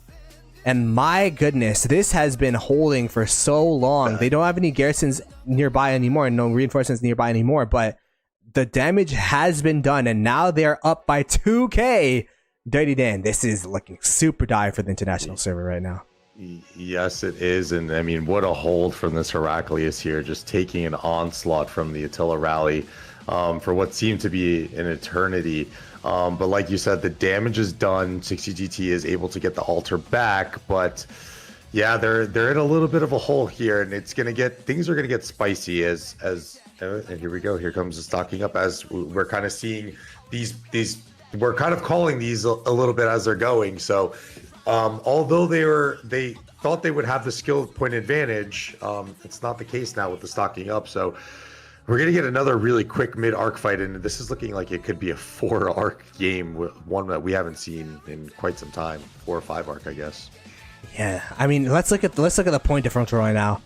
11.1 to 5.6k points in terms of occupation score, and that is the game. That is literally all of 62M1's points. And I will say, this is looking like a mirror of last game. This is exactly what happened, but 60GT were able to deny at least one of the altars, deny a lot of their structures, so they were at least able to, you know, keep it even with that first arc. But now look at the score. They're down by 3k with them even capturing that first arc already.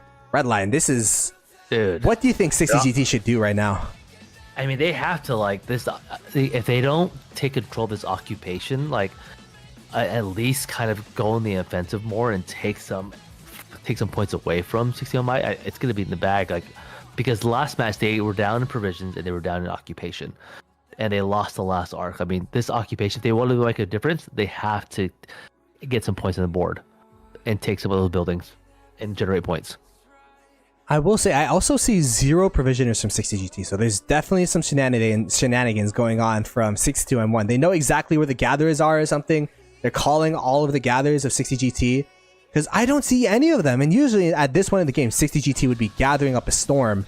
Now 60GT, they are not gathering a lick, and that will make a big difference at the end, especially if 62M1, even if they get the 5k that they got last game, it's not the 7 or 8k that we've been seeing from them, but it will still be another arc worth of points just from provisioning. So 60GT, they gotta find out, scrounge some points somewhere. Where do you think that will be from, Dirty Dan? I think from what they're showing us, it's going to come from arcs. Like they haven't been able to really answer the call that 62M1 has been putting on them on this occupation game. And I think they're and again kind of going to what they do best is just go in and win arcs. So, you know, I'm definitely not gonna be surprised if this is, I'm assuming this gets to 4 arcs. I mean, who knows, maybe we get the ever elusive 5 arcs. But yeah, they need to get these arcs on the board, especially if they're not going to be provisioning. I will say, being in the lead gives you so much pressure, gives you so much advantage. Because even if 60GT go for the mid fight, what is stopping 62M1 for doing the exact same thing for the second arc? What stops them from maybe the stocking up here is so that they could get time warp and then time warp into no mark. And then if you're 60GT, you have to have that in the back of your mind. Because even if you have another arc, you have to make sure that that disaster of a no mark, that masterful use of a no mark for 62M1, but disaster for 60GT, that situation does not happen again. But it's tough because you don't know where to put your marches. You don't know if do we stay around the desert altar? Do we stay around the sky altar in the outer lane here, which is a minute and a half walk from middle? You have to be asking these questions when 62M1, they're the ones that decide the answers here, Redline. Yeah, no, I agree. Like that's the thing that GT has to deal with, because how well 62MI can execute those specific tasks of keeping you on your toes, making you kind of not sure where to go, how to respond. So like Dirty Dan said, I think GT needs to continue doing the do best and win arcs. And at the 36-minute mark, and we're about to have our second one, I do think we'll have 4 based on this, because right now GT needs to catch up and need to catch up fast. GT need to catch up. Chat, the last international server team in a do or die scenario against 62M1, one of the best Chinese server teams. Now, the fact that they're in the top 3, all these teams should be super proud of themselves, but 60GT, they definitely want to take it to the finals here. This last arc fight, who has the positioning advantage? This spot has been 62M1's just spots of death here, because you're here, but you could also rotate to the desert altar, you could also rotate over potentially to the sky altar, and this spot has just been exactly where they've been and how they've been able to get this advantage, just able to rotate out. 60GT also trying to copy the same strategy, but you can see that 62M1 have a sentry here. They know exactly what 60GT is up to, And this is going to be a decisive mid-fight. 60GT, they need to make sure they win this to make sure that they're still in this game, Dirty Dan, because they are down by about 4K here. Yeah, this. I don't want to say it's a make or break because it's still. I mean, we're not in the back end of the match yet, but it does feel like it's a make or break arc. I think especially for the fact that GT's not provisioning. So, like you said, like where are those extra points going to come from if not provisions? So, it is really kind of feeling like it is going to be a make or break arc. It was Desert Storm used by both teams here to trying to do some chip damage. Now, the only thing is, there is going to be stocking up from 62M1, so they can generate some of those 3 points that they just used. Looks like there is no dust up yet from either team used for this mid-fight. And right now, 62M1, they have full positioning advantage. They have control of the temple, and they're now putting their marches ahead of, in between, rather, 60GT and the temple here, which is going to be really tough for their gatherers here, for their arc carriers to push through and try to get that pull. This is going to be the mid fight that really decides how this game's going to go. Will 60GT be able to come back and kind of make the game stay even, or will it be 62M1 running away with this game right now? It is dust up used from 60GT, so that is 5 points used from them. Will they have enough for a 6 point, or are they going to use a 4 point skill here? Oh, it is super tense, Redline. It is super tense, Dirty Dan. Man. What are you guys thinking? Chat, who are you voting for? Who are you rooting for? 60GT or 62M1? It is to the death for 60GT for their final stand. It is also a to the death for 62M1. It is going to be a dust up as well. So pretty much even skills from both these teams. It is not going to be up to a skill difference. It's going to be up to a micro difference here, as 62M1 they do have control of the arc. They have a very solid pull. The murder ball right now is looking super close, but I do see more blue than I see red sad faces. My goodness, this is getting super close. 60GT, they have to dig into their bag. And wait a minute, there's an explosion of red. Will this be enough for 60GT? They were able to get a crucial pull with an Arthur pulling it towards their side. This murder ball fight is looking super close, Redline. Oh my god, I have no idea who's winning this fight. There's just everyone's dying, so I don't know who's winning this fight, but that was a great pull by GT to pull that back and at least get it to the middle ground. Now, I don't know. I don't know who's winning. I don't know what chat thinks. I think GT. GT's winning this mid fight. It is okay, GT. Well, it wasn't looking that way, guys. I was like, oh, they're GG's. Are we ending the stream? Like, are we doing it? But yeah, great job by GT to take that pull and still stay in this game. Wow, that was a must-have pull from GT. If they didn't have this arc and they got 62M1 gained another 3.5k points. We're casters, so we're supposed to keep this game interesting, but I don't know how we would keep that game interesting. It would have been over. It would have been done. It would have been finished, especially due to the fact that they now have provisioners out, but they haven't been provisioning the whole game. But the fact that they have the arc, it's Cortex and they have their altar also. It's a Cortex with Scipio. And they do have the Desert Altar, which is going to be a big win for them as well. The game is now going to get pretty interesting here, Dirty Dan. Yeah, I mean, we're looking at a true score. It's going to be 16.3 to 17.2. So only a 900 point difference. 62M1 still in the lead here. And really nice mid-arc fight there.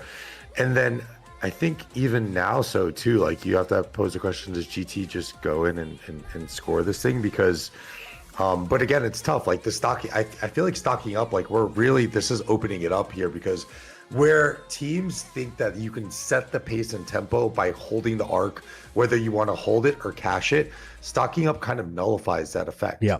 So I'm going to be really curious to see what 60GT does here with the arc, if they're going to choose to cash it or if they're going to look to hold. What would you do if you're 60GT, Dirty Dan? Would you cash it or would you hold? I'm gonna stay true to what I said in the beginning of the match, where they need to do what they do best, and that's winning mids. So I think they go ahead and cash it and just doing the same thing. I think it's going to be tough. You're going to get caught in a situation where you're up against stocking up no matter what. So I think you kind of have to just, roll the dice, just kind of go with, Roll the dice, go with what you're good at, go with those mid fights. They have not used no mark yet. This has been their bread and butter. They've just been going for these buildings, trying to hold their own buildings. But I will say no mark is such a good skill, such a good way to generate some points.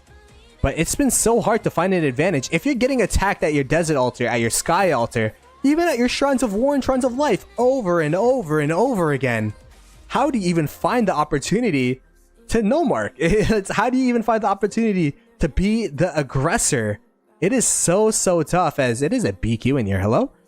A BQ? What just happened? They had a garrison right next to that structure, but did it leave? Wow. Did it get knocked out? But that is a huge flip for 62M1. When 60GT, they need as many points as possible. Sky Altar also getting attacked, Redline. What do you think of the building game? Why has 60GT been in the back foot for what seems to be the whole series thus far?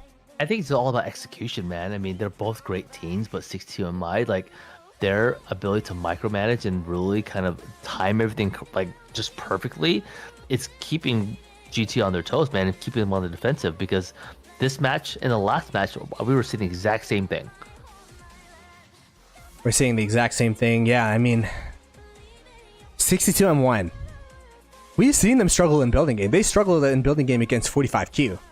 But it looks like 62M1, they were able to look at their games yesterday, that series yesterday, and kind of, work on what they need to work on. They're able to be the aggressors here. And I feel like the opening is just so important, right? Where, especially that first arc play, when you want to use that no mark, it really gives you the advantage. Because when you're up on arc, when you're up in terms of points, you have all the pressure, you have all the onus, you have all the priority to decide how you want to continue growing your lead. If you want to go middle, if you want to go for a no mark play. And I will say this play right now for 60GT, they were able to hold most of their structures during that mid fight. But they are still going to be down by about 1k ish once this arc is captured here. This arc will give about 3.5k in terms of points. And it looks like they're going to be deciding to hold here, Dirty Dan. Yeah, a little bit of an interesting decision. I think maybe the losing that desert altar is kind of what is causing them to hold on to that a little bit. I think they want to restabilize their structures. And another thing I was just thinking about that one of you guys mentioned that kind of spurred this is like, we have to like remember like this is a series of matches, right? 62M1 winning the first one. There's definitely some kind of psychological mental strain that takes the toll on players. And Redline, you could speak to it as well, because I think you've played in a couple series of matches where it becomes tiring, and there's this kind of fatigue that starts to land on you. And as we were watching that last mid arc fight, I was kind of browsing around on my screen. There was a player who was AFK. Now it might have been due to maybe he lagged out or something like that, but that just goes to show me, and it was from the GT side, that goes to show me that maybe the people aren't as sharp. It's really hard to play consecutive matches in a row, and there is this kind of sort of mental fatigue that can really start to hit you, especially when you have a team like 62M1 who is just berating you on the building games over and over and over again. And I saw it yesterday when they played 45Q, where it looked like they were just defeated. There's only so much of that you could take. But yeah, Redline, I don't know if there's anything that you could speak to playing in any series or anything like that. Dude, no, I think you hit on the spot. That fatigue is real, that burnout is real. Especially you think about this, before this match, they had practice. All teams still in the league had practice probably multiple times throughout the day before, the day before that. Plus, I think GT is also in KVK as well. So there's just that fatigue is real, especially in the series. And again, this is the first match of this. This is the first best of 3, and whoever wins goes on to play 2 more best of 3. So I can only imagine whoever wins this match will have to face that as well. But it is real, especially this long in the season. for GT, and as I'm assuming as well for the Chinese servers, but that is definitely real, and it can take a toll and kind of takes away that sharpness, and kind of, I guess, timings could be off, decisions could be wrong based on like that burnout. Yeah, this is gonna be a huge hill to climb. They're now down by about, what is that, 2k, I believe, 2k points, from 62M1. Again, we have to keep in mind they have some provisioners now, so they are provisioning it up. That's what they're doing. They're catching up on provisions. That's why they don't want to capture this arc. They want to make sure that they at least get some points from provisions. Try to come back in that way. Perhaps get an extra 1k in terms of provisions. Because you can see that 62M1, they have 1, 2, 3, 4, 5, 6, 7, 8 provisioners. And they also brought in some provisioners as well, 1.4k worth of provisions, just due to the fact that so that they could gain the points from stocking up. But overall, 60GT, it is going to be an uphill climb. But if there is a team that, you know, can come back from this, it should be 60GT. They have, you know, they've gone through some crazy games before, and it was a rough start, but right now it is super stable. It is a pretty stable game state right now. The Desert Altar is getting attacked. It is getting really low, actually. Talk about stable. They need to stabilize their Desert Altar as it flips again. Wow. This Desert Altar has been the point of emphasis for 62M1 and has been their key victory this game. This has been how they've been generating a little bit of a lead. Every single time the Desert Altar flips, it is an extra 300 points away from 60GT. So we have to keep that in mind. This Desert Altar, this is the second time in this rotation, in this arc, ever since they started holding the arc. In the past 10 minutes, this Desert Altar has flipped twice. Which I think is interesting too, because last match they were putting, I feel like they were putting more emphasis on that on the Sky Altar, right? Because they were they were putting more emphasis on the Sky Altar. So it looks like they've kind of like changed the approach to kind of maybe throw off GT a little bit more, so where GT was expecting pressure to come from the outside, whereas 62M1's like, no, we're gonna bring that pressure right up the middle on you into that inside lane. So, you know, probably trying to counteract any adjustments that GT was able to make within that little 10-minute intermission that we had. Man, so Ark has been captured. It was also stocking up used by 62M1. So we've seen this song and dance before, where it's going to be a third arc. It's going to be an arc that 60GT need, but 62M1 can steal and kind of close the game yet again. What do you think 60GT, like, what can they do in this situation to make sure that they secure this arc? Like, well, what's going to be the game plan from them, do you think? I think they... go ahead. Go ahead, Red. Go ahead. Third in. Let's start third in. Yeah, Dirty, I go first. I want to hear what you say first, and I'll say never mind. No, yeah, I think that they're going to have to be, number one, they're going to be wary of no mark, right? Because again, the amount of pressure that they've been facing on this building game has just been exhausting for them, and I think that they need that little bit of a break. So that's first and foremost, and then I think they have to call out the attention to just get the arc and just return it as fast as possible. So I think that would be my approach if I'm 60GT. And I completely agree with what he said to you right there. Like that's the play for GT. I really think so, because they have enough time for 2 more arcs, right? If we're thinking about it right, we can do about 4, I think, with this amount of time left. Yeah. Right? It'll be close in the 4th one, but they're just getting hammered on the occupation game. And GT, they're doing their best to stabilize, but 62M1 is definitely owning that piece of the game. So to keep it close, they got to get more arcs in, and they got to win those. I'm just looking at this Desert Altar, man. This Desert Altar has just been painted red for the past couple of minutes, and I think it kind of, you know, encapsulates the series a little bit, where 62M1 have just been able to hold some structures, have been able to flip more structures than 60GT. And 60GT, this has just been a straight up fight, right? There's not been any, you know, extra reinforcements. This is just a straight up lane versus lane. 62M1 have been able to find the gaps, has been able to find the victories from flipping these structures. Now 60GT finally able to capture it back, but now there's going to be this weird limbo phase of all these marches that are 1 HP They're gonna have to like sad face on a march out there. They're gonna have to walk back home. There's gonna be some weirdness when you have to, continuously take these structures. 60 GT, you gotta make sure you have to hold your structures, and that's the balance that's super tough. You have to hold your structures while also winning mid. So what that encapsulates, what that requires, is that you put your marches exactly where they need to be. You have to make sure that you hold that desert altar, you hold that sky altar, while also having enough marches middle, and that's going to be the biggest challenge. Because if 62M1 wins any of those structures, wins either the building game, they only have to win one of the two. They have to win the building game or win mid, and they should have full control of this game, especially due to the fact that they can also pop another no mark for building gameplay, Redline. I know, man. Now I'm just so curious what's going to happen in this next 4 minutes before Ark happens, because I don't know. Like, I think it would be. I wouldn't be surprised if 62M1 do that new mark strategy and just shifts straight to structures, because it was super successful for them before, but because they know that GT needs this Ark. So why not do the opposite and just wreck them with the no mark strategy? That's what I'm concerned about for outside of GT, and they have to be prepared for both scenarios. But no matter what, this Ark is a must win for them to have, and to possibly get a second one to even think about winning this match. Yeah, this is going to be a must win Ark from GT. Chat, who do you think is going to get this third Ark? Do you think it's going to be 60 GT or 62M1? Let us know your thoughts in the chat.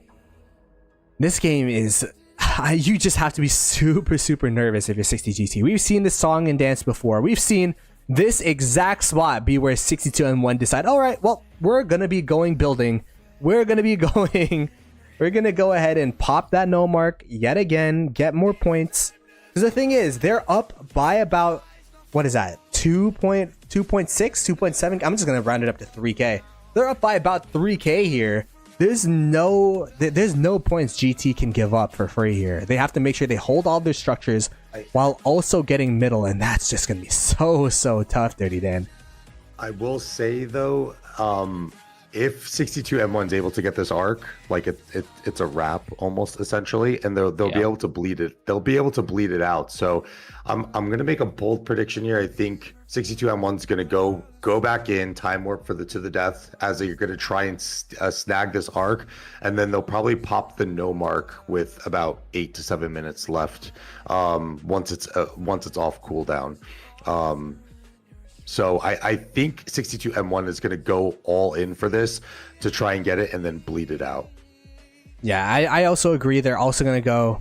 I mean, why put it up to chance? Why put it up to faith? If you know you have the points advantage, you've seen that you can win against 60 GT in middle, especially with said point advantage. Why not just put everything in your hands, go for that kill shot, and then after that you could potentially secure it with a no mark. I feel like it's one of those things where, what if you don't go middle, you go for no mark, 60 GT are able to hold their structures, they get the Ark for free, and then from there you're going to be wondering what would have happened if we just went middle. They don't want that what if, they don't want it to put it up to chance, they want to put it in their own hands. Redline, what do you think of this mid fight? I don't know, dude. I am so scared right now to see what's gonna happen, because if 62M1 takes this, it's like you guys said, it's GG's, man. And I do like what Dan said about the strategy, that he thinks what 62M1 is gonna do, and I agree with you on that one. Like, that's what it's building towards. So I'm just really want to see what CCGT is gonna do to keep staying in this game, because again, it's the 3K. They were able to keep it, very close. So we'll see. And did someone just pop time warp just now? They both use time warp. So what we've seen from 62M1 last time is that they used time warp into Desert Storm. This time they're 100% going to use To the Death, and then probably another Desert Storm, from what I would assume. Because you would want to use To the Death because it's worth 6 points and you get more bang for your buck. And then they would probably still have 3 points available with their stocking up. So it should be about 12 points worth of skills here used by 62M1. And I'm getting really nervous for 60 GT because we've seen this song and dance before. We've seen this mid-fight happen before with the skill point advantage towards 62M1, and 62M1 have been able to take advantage.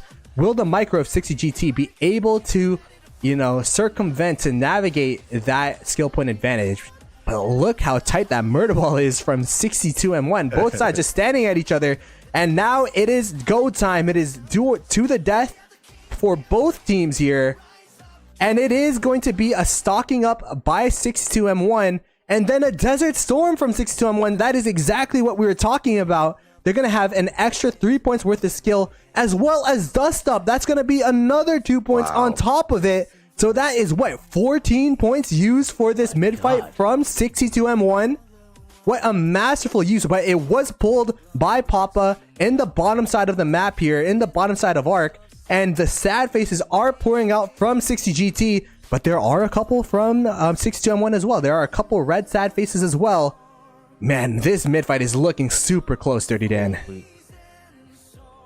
It is looking close, but that's a lot of skill points to unload, and this is what 62M1 should have been doing yesterday against 45Q. I mean, the fact that they were able to do like 18 points on a mid yesterday was just absolutely ridiculous. I think it was actually like 20, and they're trying to get fancy doing like multiple master strategies. Like, just do this. This works, and this is what happens when you can unload 14 plus skills on a team, and you come away with a very, very decisive mid fight.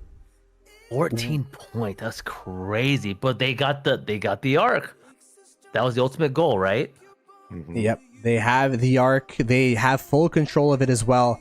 And they know. Look at the garrison here from the Ark carrier. They have a ton of people just escorting this Ark, making sure that there's no way 60 GT could come and steal this Ark, come and steal this game. And look, the reinforcements coming in from the top side obelisk for 62M1, going straight towards this Ark of Osiris. And if you're 60 GT, you really could not have played that any better. That was just a skill point masterpiece usage from 62M1, and that's the power of stocking up. Whenever you have stocking up, you have the advantage, you have the tempo, you have the skill point advantage for those mid fights. And 60 GT, they have been going for this Ark focus, but have not had the advantage in terms of skill points here. As look at this Ark, it is zooming straight towards the Shrine of War. Or they're going to hold it. They might hold it, actually. Oh my goodness. Redline, what do you think of the state of the game? Is there any chance that 60 GT could come back into this? I mean, there's always a chance. I mean, what they just pop energetic just now, right? So like, they have to be pulling everything out of the bag right now because this is a make or break it for them. I mean, right now it's not looking great based on the positioning of the Ark right now and the amount of marches that 62M1 has the end the game here. So I don't know. With 13 minutes left and we were hoping for a fourth Ark. I don't know. It's not looking good. And if they could pull this off, that would be amazing to see. But there's a little bit of time left and see what GT can do to kind of stay in this tournament. They do have the super speedy Belisarius Prime marches just sprinting at this Ark carrier. If they're able to delay it long enough. Okay, so the Ark's down. Who will get first pull? It looks like it will be, it will be 62M1 with the first pull. Or will it be Hasta? It's Hasta! 60 GT able to delay it for another 10 seconds, which is absolutely huge. If you look around though, like, is there any true I mean, kind of. I mean, they're just so close to everything else. Like, I mean, yeah, 62 is right there. So I don't know what they can do here. I mean, it is a desperation play from 60 GT, but the Ark carrier is AFK. The Ark carrier was AFK for about 4 seconds there. They just need that for like another 9 minutes and perhaps they could win. But it's gonna be pretty tough. The Ark carrier is now getting swarmed down. They just gotta delay, deny, and perhaps, I mean, they did use a lot of points in the middle of themselves, so I don't know if they got a master strategies on the bar or anything like that. I'm thinking about it. There's a good amount of GT marches around there. They're rallying the Shrine of War. Are you telling me there's a chance they hit this and they pull it and bring it to the Shrine of War? That would be crazy. If they are able to do that, that'd be the biggest blunder of 62M1 when they're literally right next. The refresh time of 60 GT sad faces is 2 minutes. the refresh time of 62M1 is 2 seconds. So I don't think it will be happening here. And if you look at the score now, oh my gosh, 62M1 will be up by 8k if and when they capture this arc. 8k points. I don't know how you come back from that, even if you're provisioning up a storm, which it does look like 60GT is trying to do. But this is looking like an absolute masterclass of middle skills from 62M1.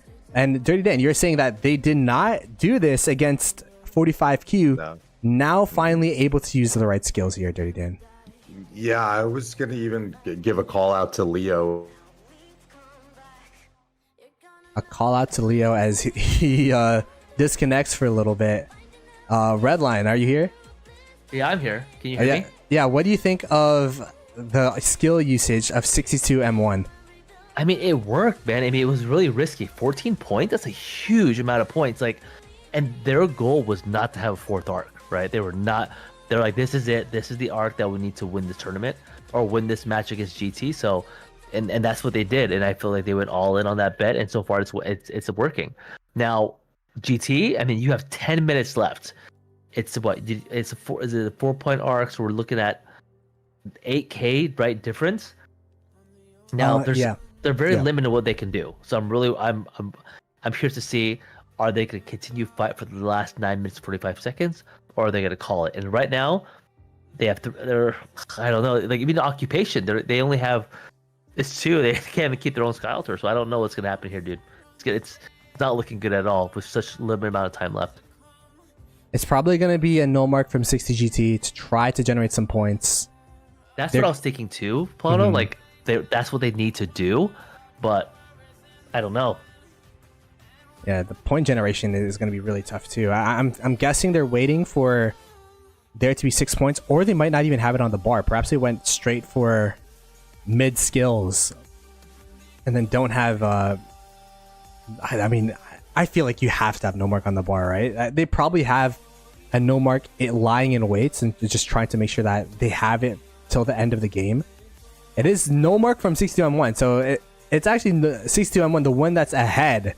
Saying, okay, let's just get more ahead, make sure that we have full control of this game.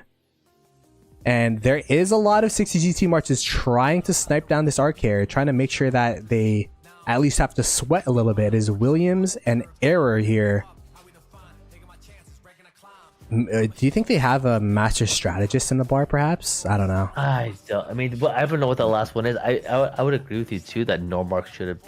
I was hoping it'd be on the bar, but I think if they did have it, they would have popped it and went straight for once they lost that mid fight. Yeah, that's what I would think, right? Yeah.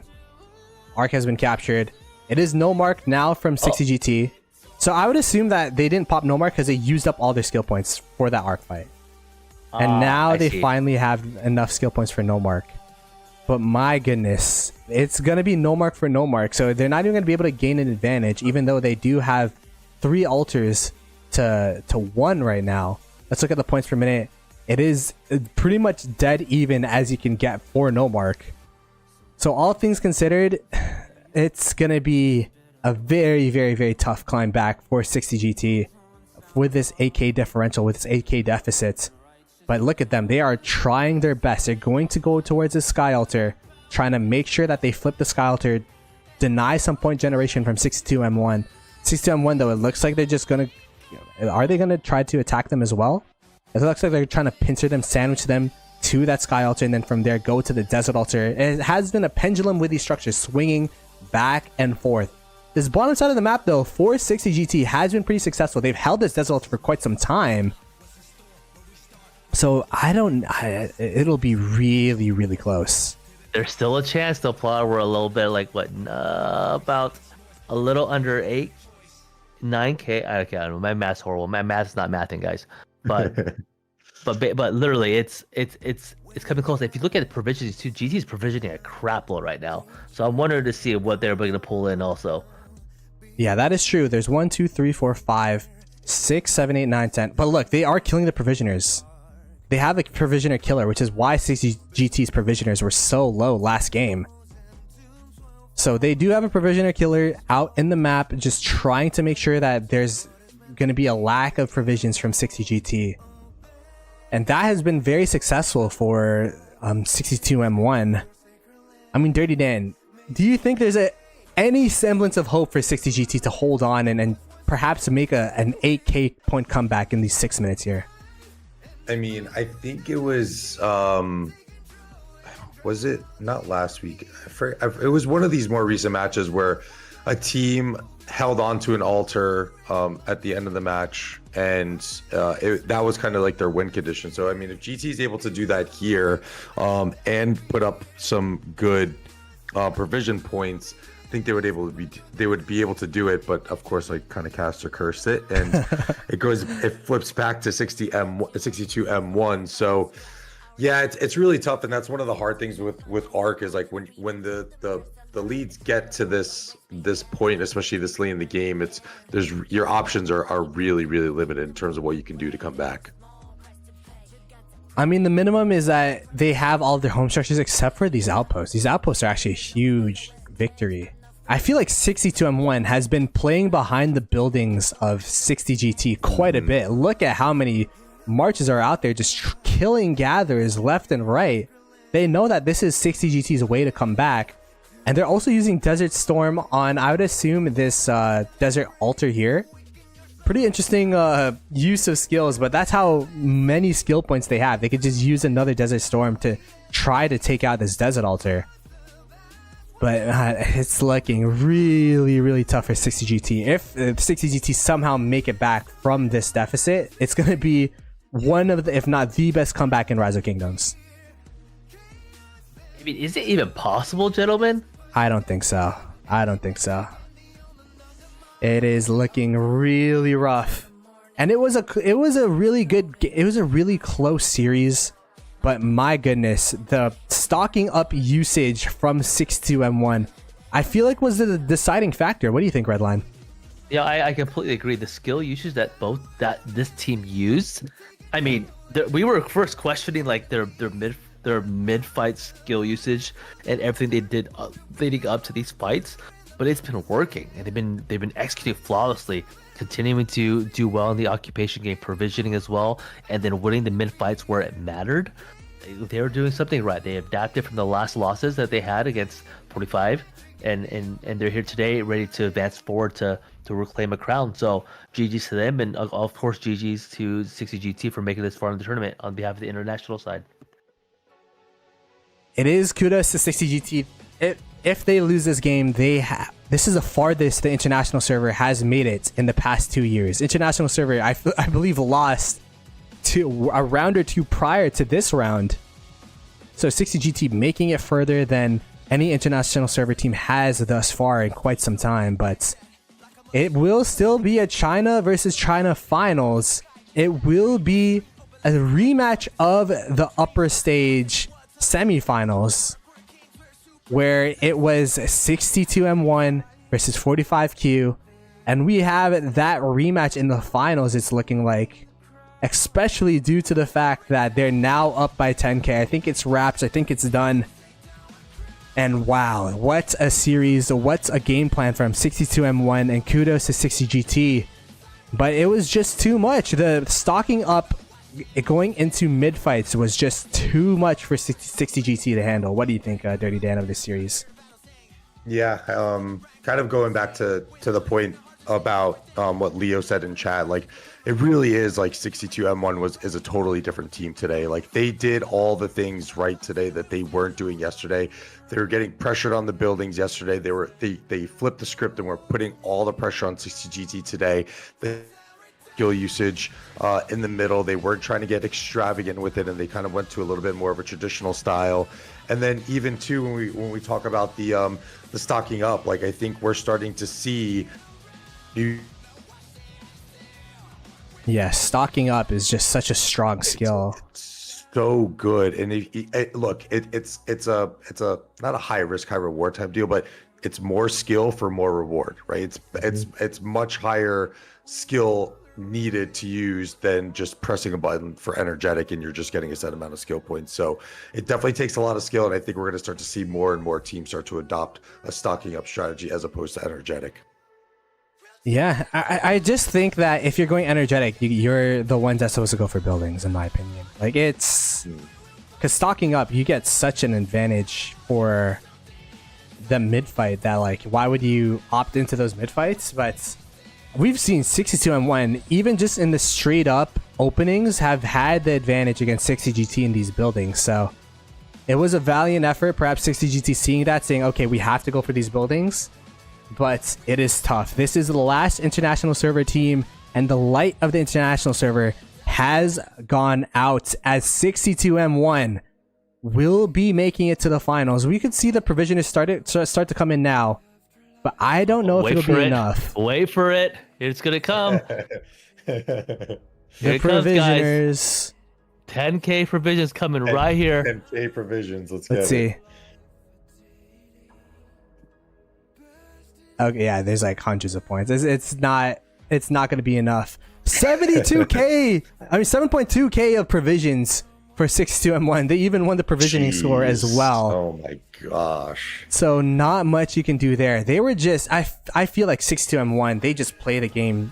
They played this series so well. Able to deny provisioners from 60GT, able to provision themselves, and able to take the victory. GG's to 62M1 as they are making it to the grand finals. And it was a valiant effort from 60GT, but their run ends here in the Grand Prix, and so does the international server. The score 45.8K to 37.2, and it was just a dominant occupation plus provision score from 62M1. Do you have any final notes on this game, Redline? No, I honestly, again, congratulations to 62M1. They played amazing both matches, and I really look forward to see how they do against their rival in the next round of this tournament. And GG's to 60GT, valiant effort, and good luck to them in the future. How about you, Dirty Dan? Yeah, I think pretty much the same sentiments as Redline. You know, shout out to both of these teams. It's been a great tournament for those guys so far. You know, the international server, we need to come together and kind of figure some things out, because this is 2 years in a row now where we're getting knocked out. But huge shout out to 62M1 and the Chinese servers, and we're looking to have a really good final showdown next week going on. So it'll be 62M1 and 45Q. It'll be 62M1 versus 45Q. That is going to be the finals. The first series will be next week. So be sure to subscribe to this channel, the official Rise of Kingdoms channel, for more Grand Prix content. And if there is going to be a second series, if 62M1 win the first series, that will be the week after. So we have potentially 2 more weeks of this Grand Prix. It has been a great tournament to cast, great tournament to watch.